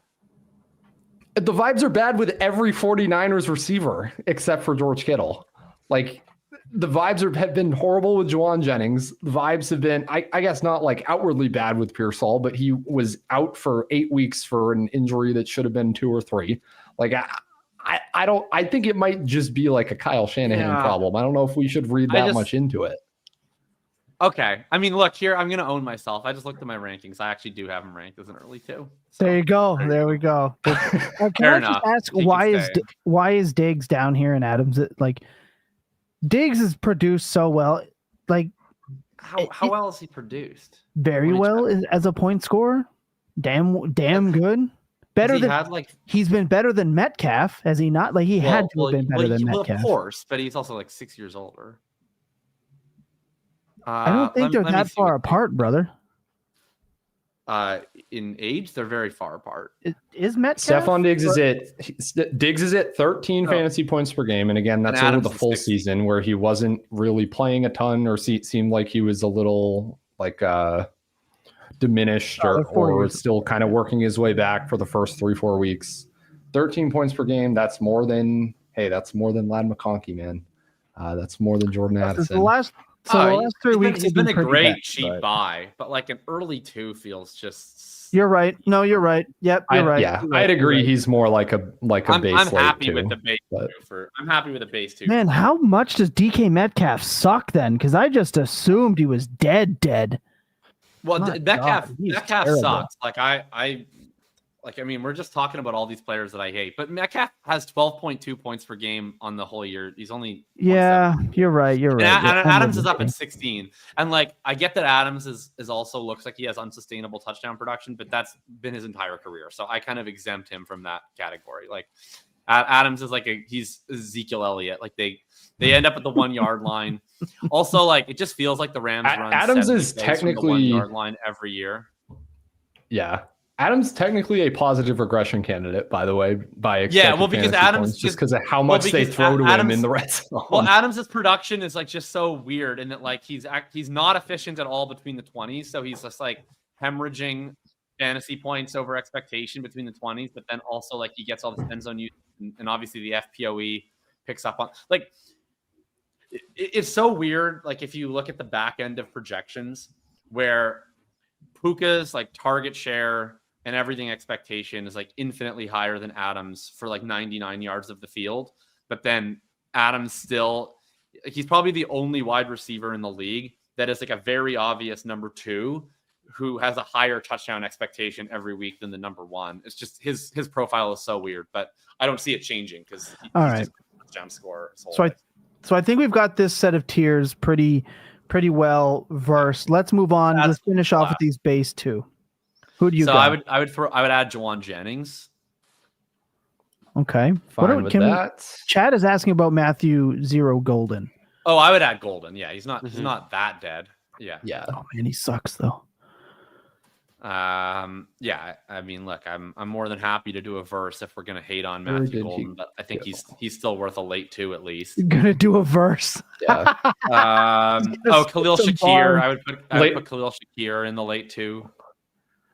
We doing late 2s for Jaden Reed or no? Oh, for sure. Yeah, I mean, look, I would do an early 2 for Jaden Reed, but you would. What about Wan'Dale Robinson? Yeah, he's fine for a late 2, I think. Okay. I guess. Would I do it? No, but I wouldn't trade him for less. I actually think a late 2 for Dobbs is kind of fine too. He's like become kind of a half-decent player. Yeah, he's just never a player I'm ever actually acquiring. He's always Debo late 2. 3rd. I wouldn't touch Debo with a 20-foot pole. In Dynasty, I'm over. I'm good. What about like some of the young guys? Like, would you give a late, or would you put, maybe not would you give, but like, would late 2 be the fair tier for any of like Ayumanor or Tez Johnson? Tez should go there. He's been good. He's been good. Oh yeah. Josh Downs getting the late 2. He hasn't been targeted that much lately, but I think Tez. I don't know. It's just a rookie in that offense. That's the wrong Johnson. That's the wrong Johnson, Ryan. Okay, correct team. To be fair, we all know I don't know or care about the numbers. That's honestly true. That's lore accurate. That's lore. I'm not letting Josh Downs go all the way to the 3 range. Yeah, Josh Downs has to go there. Sorry. Clinging to hope on Josh Downs. You're almost there. There we go. I mean, hey, good news if you're a Josh Downs bag holder. The good news is we're going to pay Alec Pierce $20 million per year this offseason. So that means Josh Downs is going to be a free man in 2027. He gets to play 200% somewhere else. Who do you think is the MVP's wide receiver? I swear to God, if you say Keon Coleman just to trigger me, I'm going to lose my mind. Who is he talking about? Diggs is already on the board. We already have the Rams guys. He's got to be talking about Keon Coleman. Allen's wide receiver. Well, we have Shakir. I know. This is... Oh, he thinks he's saying Booty is the Patriots wide receiver 1. I mean, he's not. He's not, but he's been fine for a 3rd. He's in the 3rd. He's not going to make the 2. I'm not in on a Booty at the 2, but yeah. I think Iron Manor is like maybe the last guy I'd kind of argue. I don't know that you need to what it's worth. The reception on Io Manor was bleak. Oh, really? Interesting. Okay. Yeah, was not aware of that. Quite bleak. Completely out on Judy, just as a player. Yes, I'm out on Judy. I'm also out on Sutton. I think he's cooked. This plays into my not fully buying Troy Franklin. Is that like I don't think Sutton has it anymore. That's tough. I don't think Jerry Jeudy is like dead. I think he's in a horrendous scenario with the Shedeur Sanders thing. Oh, Godwin. I'm not this. He's this Like- year. He's like dead. But like if Stephon Diggs could come back this year and have a really nice season, why couldn't Godwin have the season Stephon Diggs is having next year? What about Trey Harris? Yeah, I'm Trey Harris curious. Okay, Trey Harris. Sure. Too. I agree. Godwin open, could I'm be like a fun, sneaky offseason buy. What about Mike Evans? Like after we see him look bad. I think Mike for a Evans is few going to more games. retire. That's what I'm also afraid of. I have him He said ranked. before, like, he in said that before the tier, year I he was think, getting but- close to the end. Yeah, If I knew Evans was going to play next year, I would. I'm get it. leery of him retiring. I can't get into the Shedeur thing Oh, with you, Spell, but I don't care if he's getting first team reps. He can get first team reps for a year. he's the worst quarterback of all time. Fuck that guy. Awful. Awful. I have one last name that I feel we should put in this tier. Pat Bryant? Michael Wilson. Michael Wilson? I'm open to Pat Bryant, but I legitimately think if you have 15 catches for 180 yards in your most recent game, I'm paying a late 2 for you. Not me. Really? I'm not going to have that fight. Everyone go open-minded. check your leagues. See if Michael Wilson's on any of those benches. Let's see if Jacob will take Yeah, us up Benches, on that. you better right be in now. your starting lineup. Tank Dell's dead. Oh, hey, look, my least favorite player in the NFL. Anyone want to put DJ Moore in the late 2 tier? No. Not No. really, no. I'm out. Wow, total victory. I'm Total out. victory. I'm done. Can you scroll down so I can see That the rest feels of the good. names? What about Jacoby? Do you care about Jacoby? No. Care about him for Eh. early 3. Okay, fair. Tyree? No. Can't really do Tyree. I think right he's now. cooked. I think he's pretty. I mean, Well, he got doesn't like have a leg. that's like the so, worst injury I've ever seen in my life. If Rashid Shaheed had caught like one long Shaheed. pass in the last Yeah. 2 weeks, I would be arguing Shaheed. heavily for him. Shaheed. Okay. Shaheed. I'm arguing heavily for Shaheed. Shaheed. All right. the ugliest number on this list. I think it's going to work. I still think it's going to happen at some point. At some point this Okay. year, Shaheed I will think that's a have good list. some spike weeks. Yeah, No, I think this is Putting solid. Andre Lambert Smith on this No, list. that's third stuff. That's third stuff. Okay, so I think that's a good list. I think this is good. All right. I think we've done a good job. We're in an hour and 40. We're doing well. We had a question here. Someone super chatted us earlier from Mark. Prefer Olave and a second or Lad? That's like an Lad. even trade for me. I'd probably err on the Lad side. I'm taking Lad. Yep.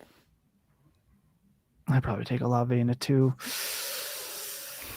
Wow, I gotta- tearing down and collecting more picks. I'm so surprised to hear this take from Tom.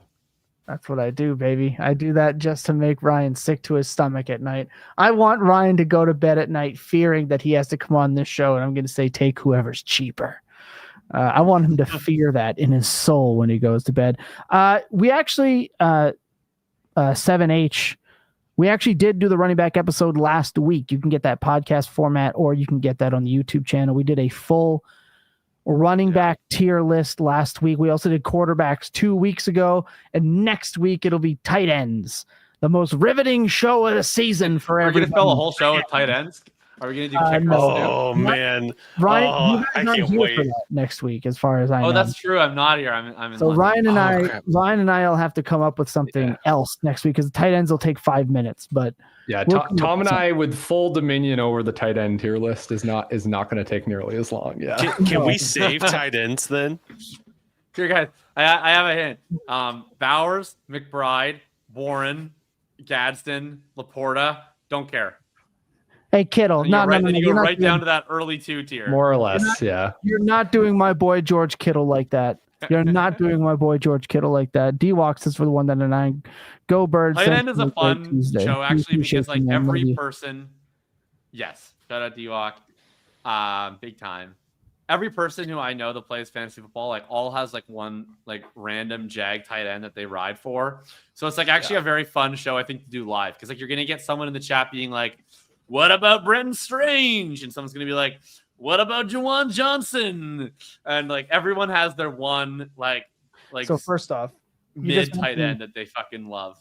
You mentioned two of Tom my and I dynasty will have teams. Brenton Strange like way too high anyway, so Yeah. I don't think the chat will take issue There it with is. our What Brenton about Gunnar Strange ranking. Helm? Hey, What just about Gunnar wait- Helm? Just wait Mitchell till you- Evans. I was just about to say, wait till you get me on Mitchell Mitchell Evans. Evans. Wait till you get me on Mitchell Yeah, Evans. on this. I have been telling you all about Mitchell Evans for so long. Yeah. Oh my goodness, That's I what love Lucas Mitchell wants to do. Evans. So glad I'm not going to be on the show. You Oh want my to talk heavy goodness. tight ends. Dude, Andre Auden has Gadsden, I shooters. was all over him for so long. Oh, Gadsden's actually good. That's allowed. Gadsden's good. Okay, so that's the tier list. That's the tier show. Shout out for everyone watching.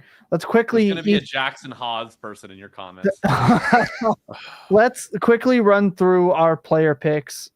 Jacob is in second. Ryan has taken the lead.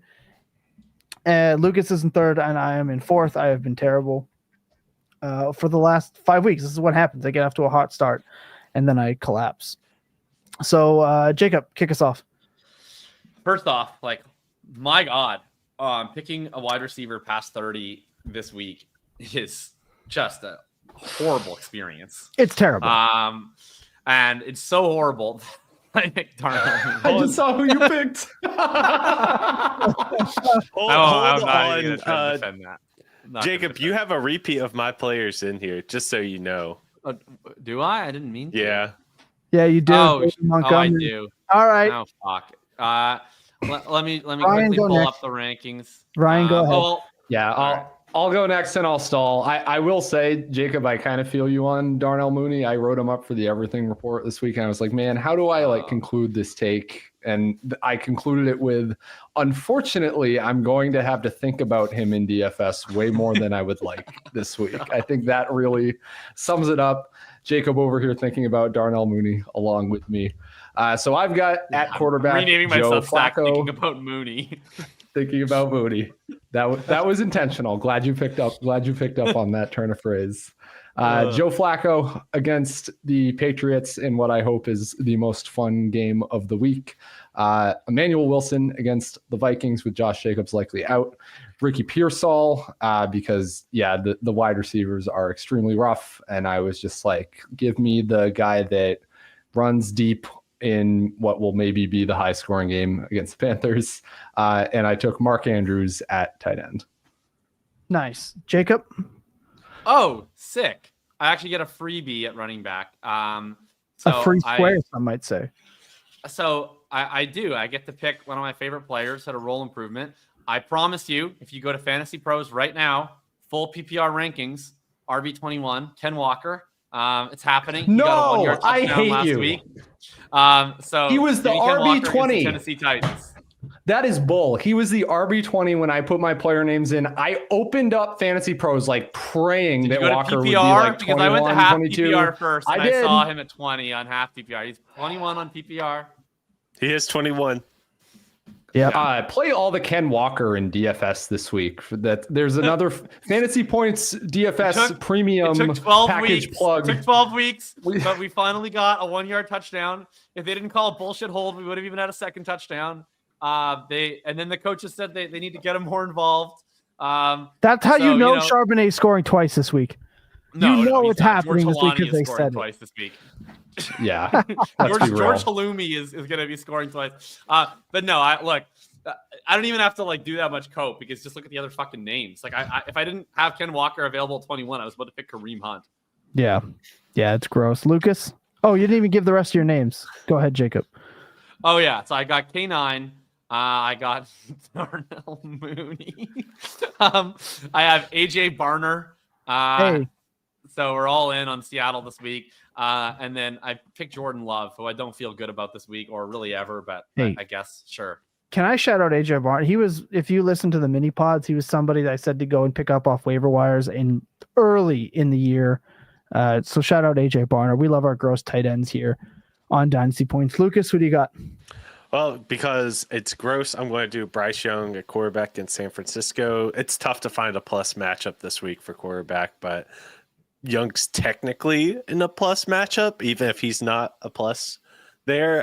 David Montgomery, because I'm hoping that the Lions just handle the Giants and he can get some grinding out the clock sort of touches. Jalen Coker, because yes, wide receiver is that gross. Oh my goodness. But if he hits and Bryce Young hits, that'll go straight into my veins. It'll be so great. And San Francisco is actually just so terrible against the slot receivers. So who knows? And Juwan Johnson to close it out, even though it is definitely not a good matchup, but it was gross looking at tight end. So I went with a couple of picks to kind of counteract myself. I'll put it to you that way. I took Davis Mills because I'm hoping he can put it together for one more week. I'm going to go with the guy that Lucas defended violently and didn't pick. I'll go Sean Tucker because Lucas's hashtag fake. I'll take. Hold up. No, this is my time. 34 points. I'll take Jacob's future trade for a first in Luther Burden this week in case it's the breakout. I was planning to pick him for the record until I saw Tom Adam. I was locked in on that one. And then I will take the only player I think Shedeur Sanders will be able to hit for a pass this week in Harold Fannin. I just want to Raiders defensive backs. That's why I think he's going to hit. I just want to point out, like, we didn't talk about it. We have a little bit of time before we hit our regular 2-hour quota. Yes, let's. I got to talk about it. I've been saying I've been saying it for quite a while. To buy Shedeur as a throw-in, because I thought he was going to play no matter what, whether the Colt pressured the coaching staff into it, whether media pressured them into it, ownership pressured, and when a quarterback plays, especially one that has any bit of hype to it, they gain value, right? So I've been saying I'm the gross QB guy. I want to throw him in as a throw-in. I don't want to trade an asset for him. Yeah. The worst possible thing that could have happened to him happened. They went against a defense. I'm trying to be somewhat serious and not biased here, but I have no interest in doing that. So you go for it. He gets a defense that is bad. We can objectively say the Baltimore defense is not good. No, they're good. They're not good, brother. They have not been. I'm telling you, I watched this team too much to know that they're not. Trust me, it's just the Browns. And also, Kyle Hamilton is hurt on every single play somehow, and he has no hands, by the way. But I digress. Yeah, because he's running picks for defensive ends on 20 plays a game. But so he comes in at halftime, right? And they have a 6-point lead. The crowd goes so ballistic, he waves to them. Yeah, he's waving to them. One of the most annoying things I've ever seen. We had, and I was annoying everybody in the Fantasy Points like company Discord because I was keeping track of what happened. And it was Dylan Gabriel takes checkdowns. Okay. First play, check down. Place went ballistic. Second play, check down. Place went ballistic. I believe there was a rush in there for a first down somewhere that I missed. You got a rush for first down. That looked good. Immediately takes a 12-yard loss on a sack. Held onto the ball. Then incomplete pick, dropped pick, sack of 15, incomplete, held onto it for too long, scramble for 6 on 3rd and 10, screen pass that was dropped, check down, missed at the feet, holds onto the ball, gets rid of it, throws for an intentional grounding, 25-yard throw to Fannin. That was really nice, wide open. Really nice throw. Great throw.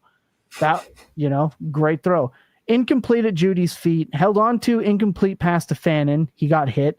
Complete to Judy on a 3-yard pass. The improbable reception against all odds. Against all odds, as Rossini said. Missed 4 or 5 missed tackles, first down. Wide open Isaiah Bond missed for a touchdown. Though I will say, hey, great job avoiding the sack. I got to give credit where credit is due. That was a really nice play. That's a tough throw to make. I'll give him some credit. The would-be touchdown throw was also really nice. Great play by our third defensive back to knock the ball out. Could have been a tie game. I get it. Holds on to the ball for an insanely long time and then dirts a check down short of the sticks to David Njoku. Now, there's the whole no first team reps, no whatever, not ready. He's a rookie. He's a 5th round pick that's going to get the start this week. If he does anything at against all, against the Raiders. right? If he does anything at all, and trust me, I'm not expecting anything at all. If he does anything at all, guess what? He's going to gain value. And if you draft, I just realized. Oh my God. I just realized that if he does anything at all against the Raiders, people are going to pretend like they were right and they're going to victory lap the shit out of it. yes, This is going to be the most annoying week in the It's history not of going to be social annoying. media. He can't play football. He's not going to Ryan, do anything. they were already victory. There were so many, even on the He's so broadcast. bad. I was already on the thinking on the broadcast when they were talking. We've seen some really great things from Sanders today. What? Okay.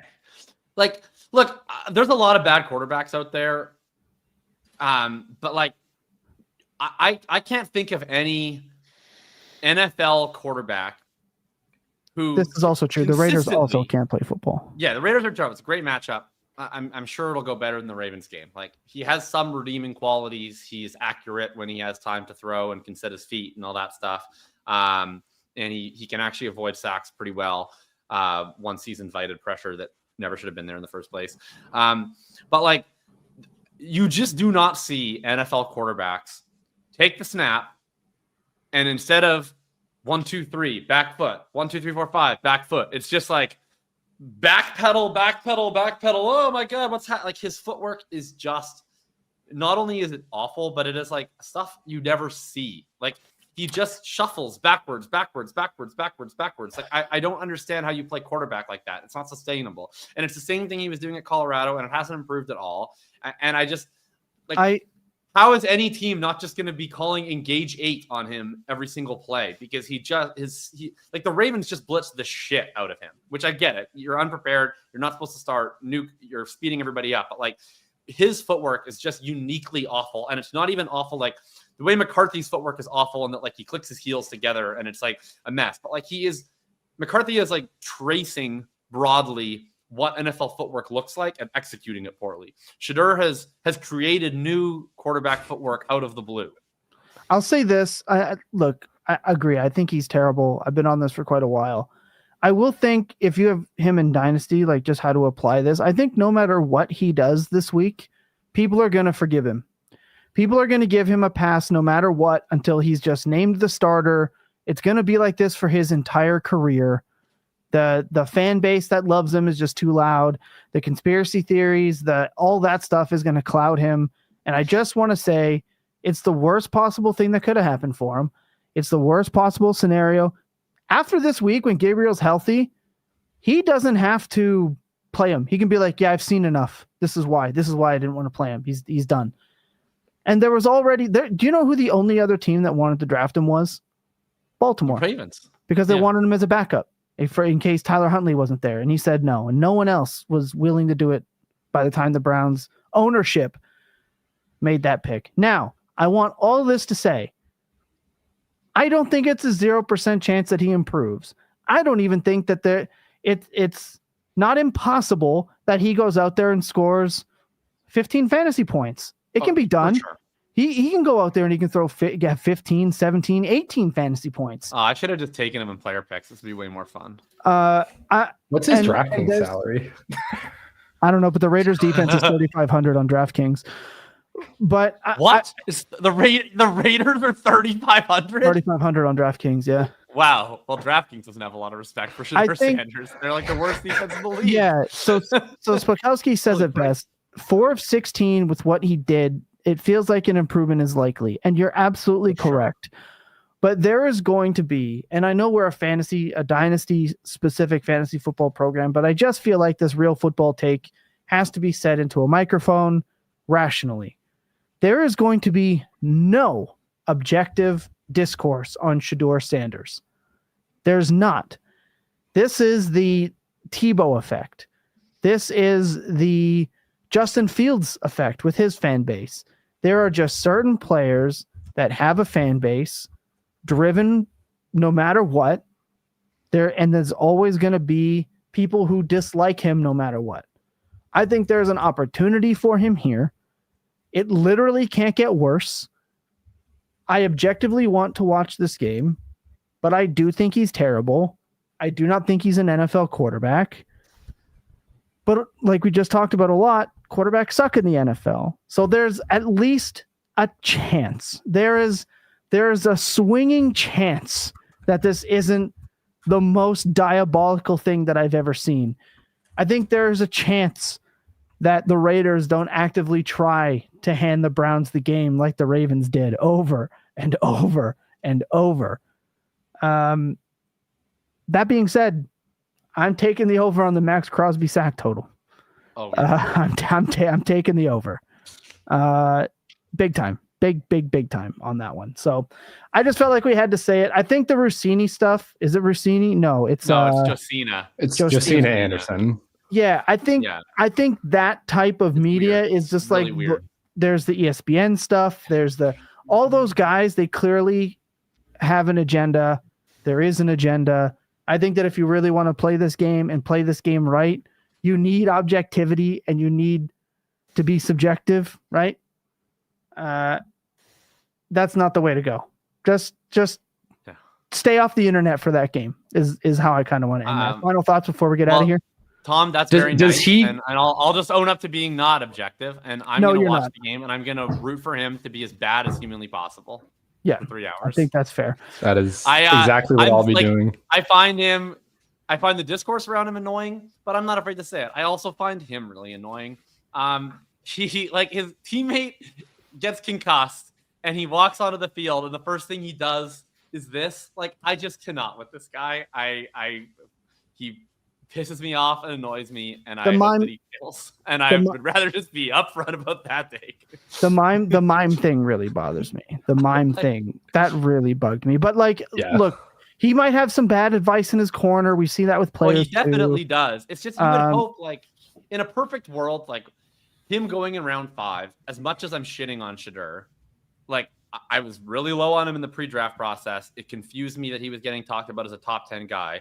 I think legitimately on pure talent, he probably still should have been a day 2 guy. And he clearly went to day 3 because people find him aggravating. And they didn't want to deal with the sideshow for a quarterback they didn't actually believe in as a starter.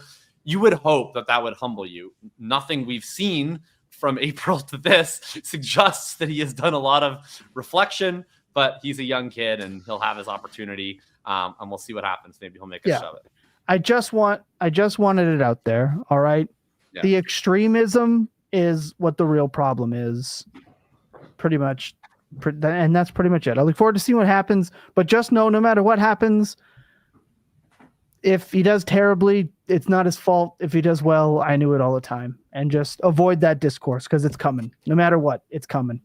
I can't wait for him to do well just so I can flip him. I need 3 good games.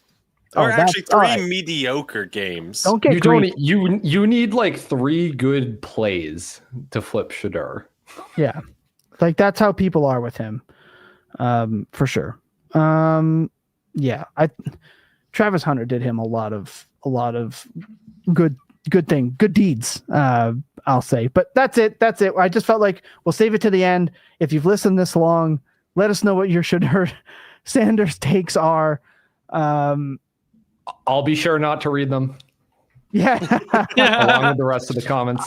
I screenshot the comments and send them to Ryan. So I'm glad he's playing because it's the only thing that's going to make a Browns Raiders game watchable. But I do think like there's got to be like a fun escalator for like how many sacks do you think Myles Garrett and Max Crosby can combine for against these offensive lines and quarterbacks right now. Like there's a chance we see the all-time record for most combined sacks with two of the best edge rushers in the game. If the combined these O-lines and quarterbacks.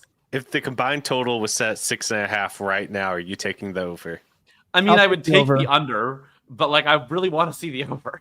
I would take the. I mean, Garrett had 4 against Lamar. Like that guy is just on. He could set the single season sack record. Honestly, Myles Garrett. Like I really wish that we got to see Myles Garrett not be on the Cleveland Browns. He's one of the best players of the generation, and it sucks that he's played like 2 meaningful games in his whole career. Me too, Jacob. I really wish that I didn't have to look at Myles Garrett twice a year and TJ Watt twice a year. Let me tell you that. I don't think I've ever heard a take that I've agreed with more from you. With that being said, that's our show for today. Thanks for sticking around. Thanks for watching. Remember, as it gets darker, faster, as it gets colder, as it becomes more of a family time, you're plotting out holidays. There's Black Friday coming up. There's all that kind of stuff happening right now. Remember that it gets lonely for people, right? Remember to check in on your loved ones, even if you're not sure that they need it. All your friends, ask them how they're doing. Do the thing. Reach out. Stop being such introverts and nerds. And remember that clear eyes and full hearts can never lose. And your best days always spend tilting. We'll see you guys for the mini pods and market report a little bit later this week. What? Why are you shaking your head? You're welcome.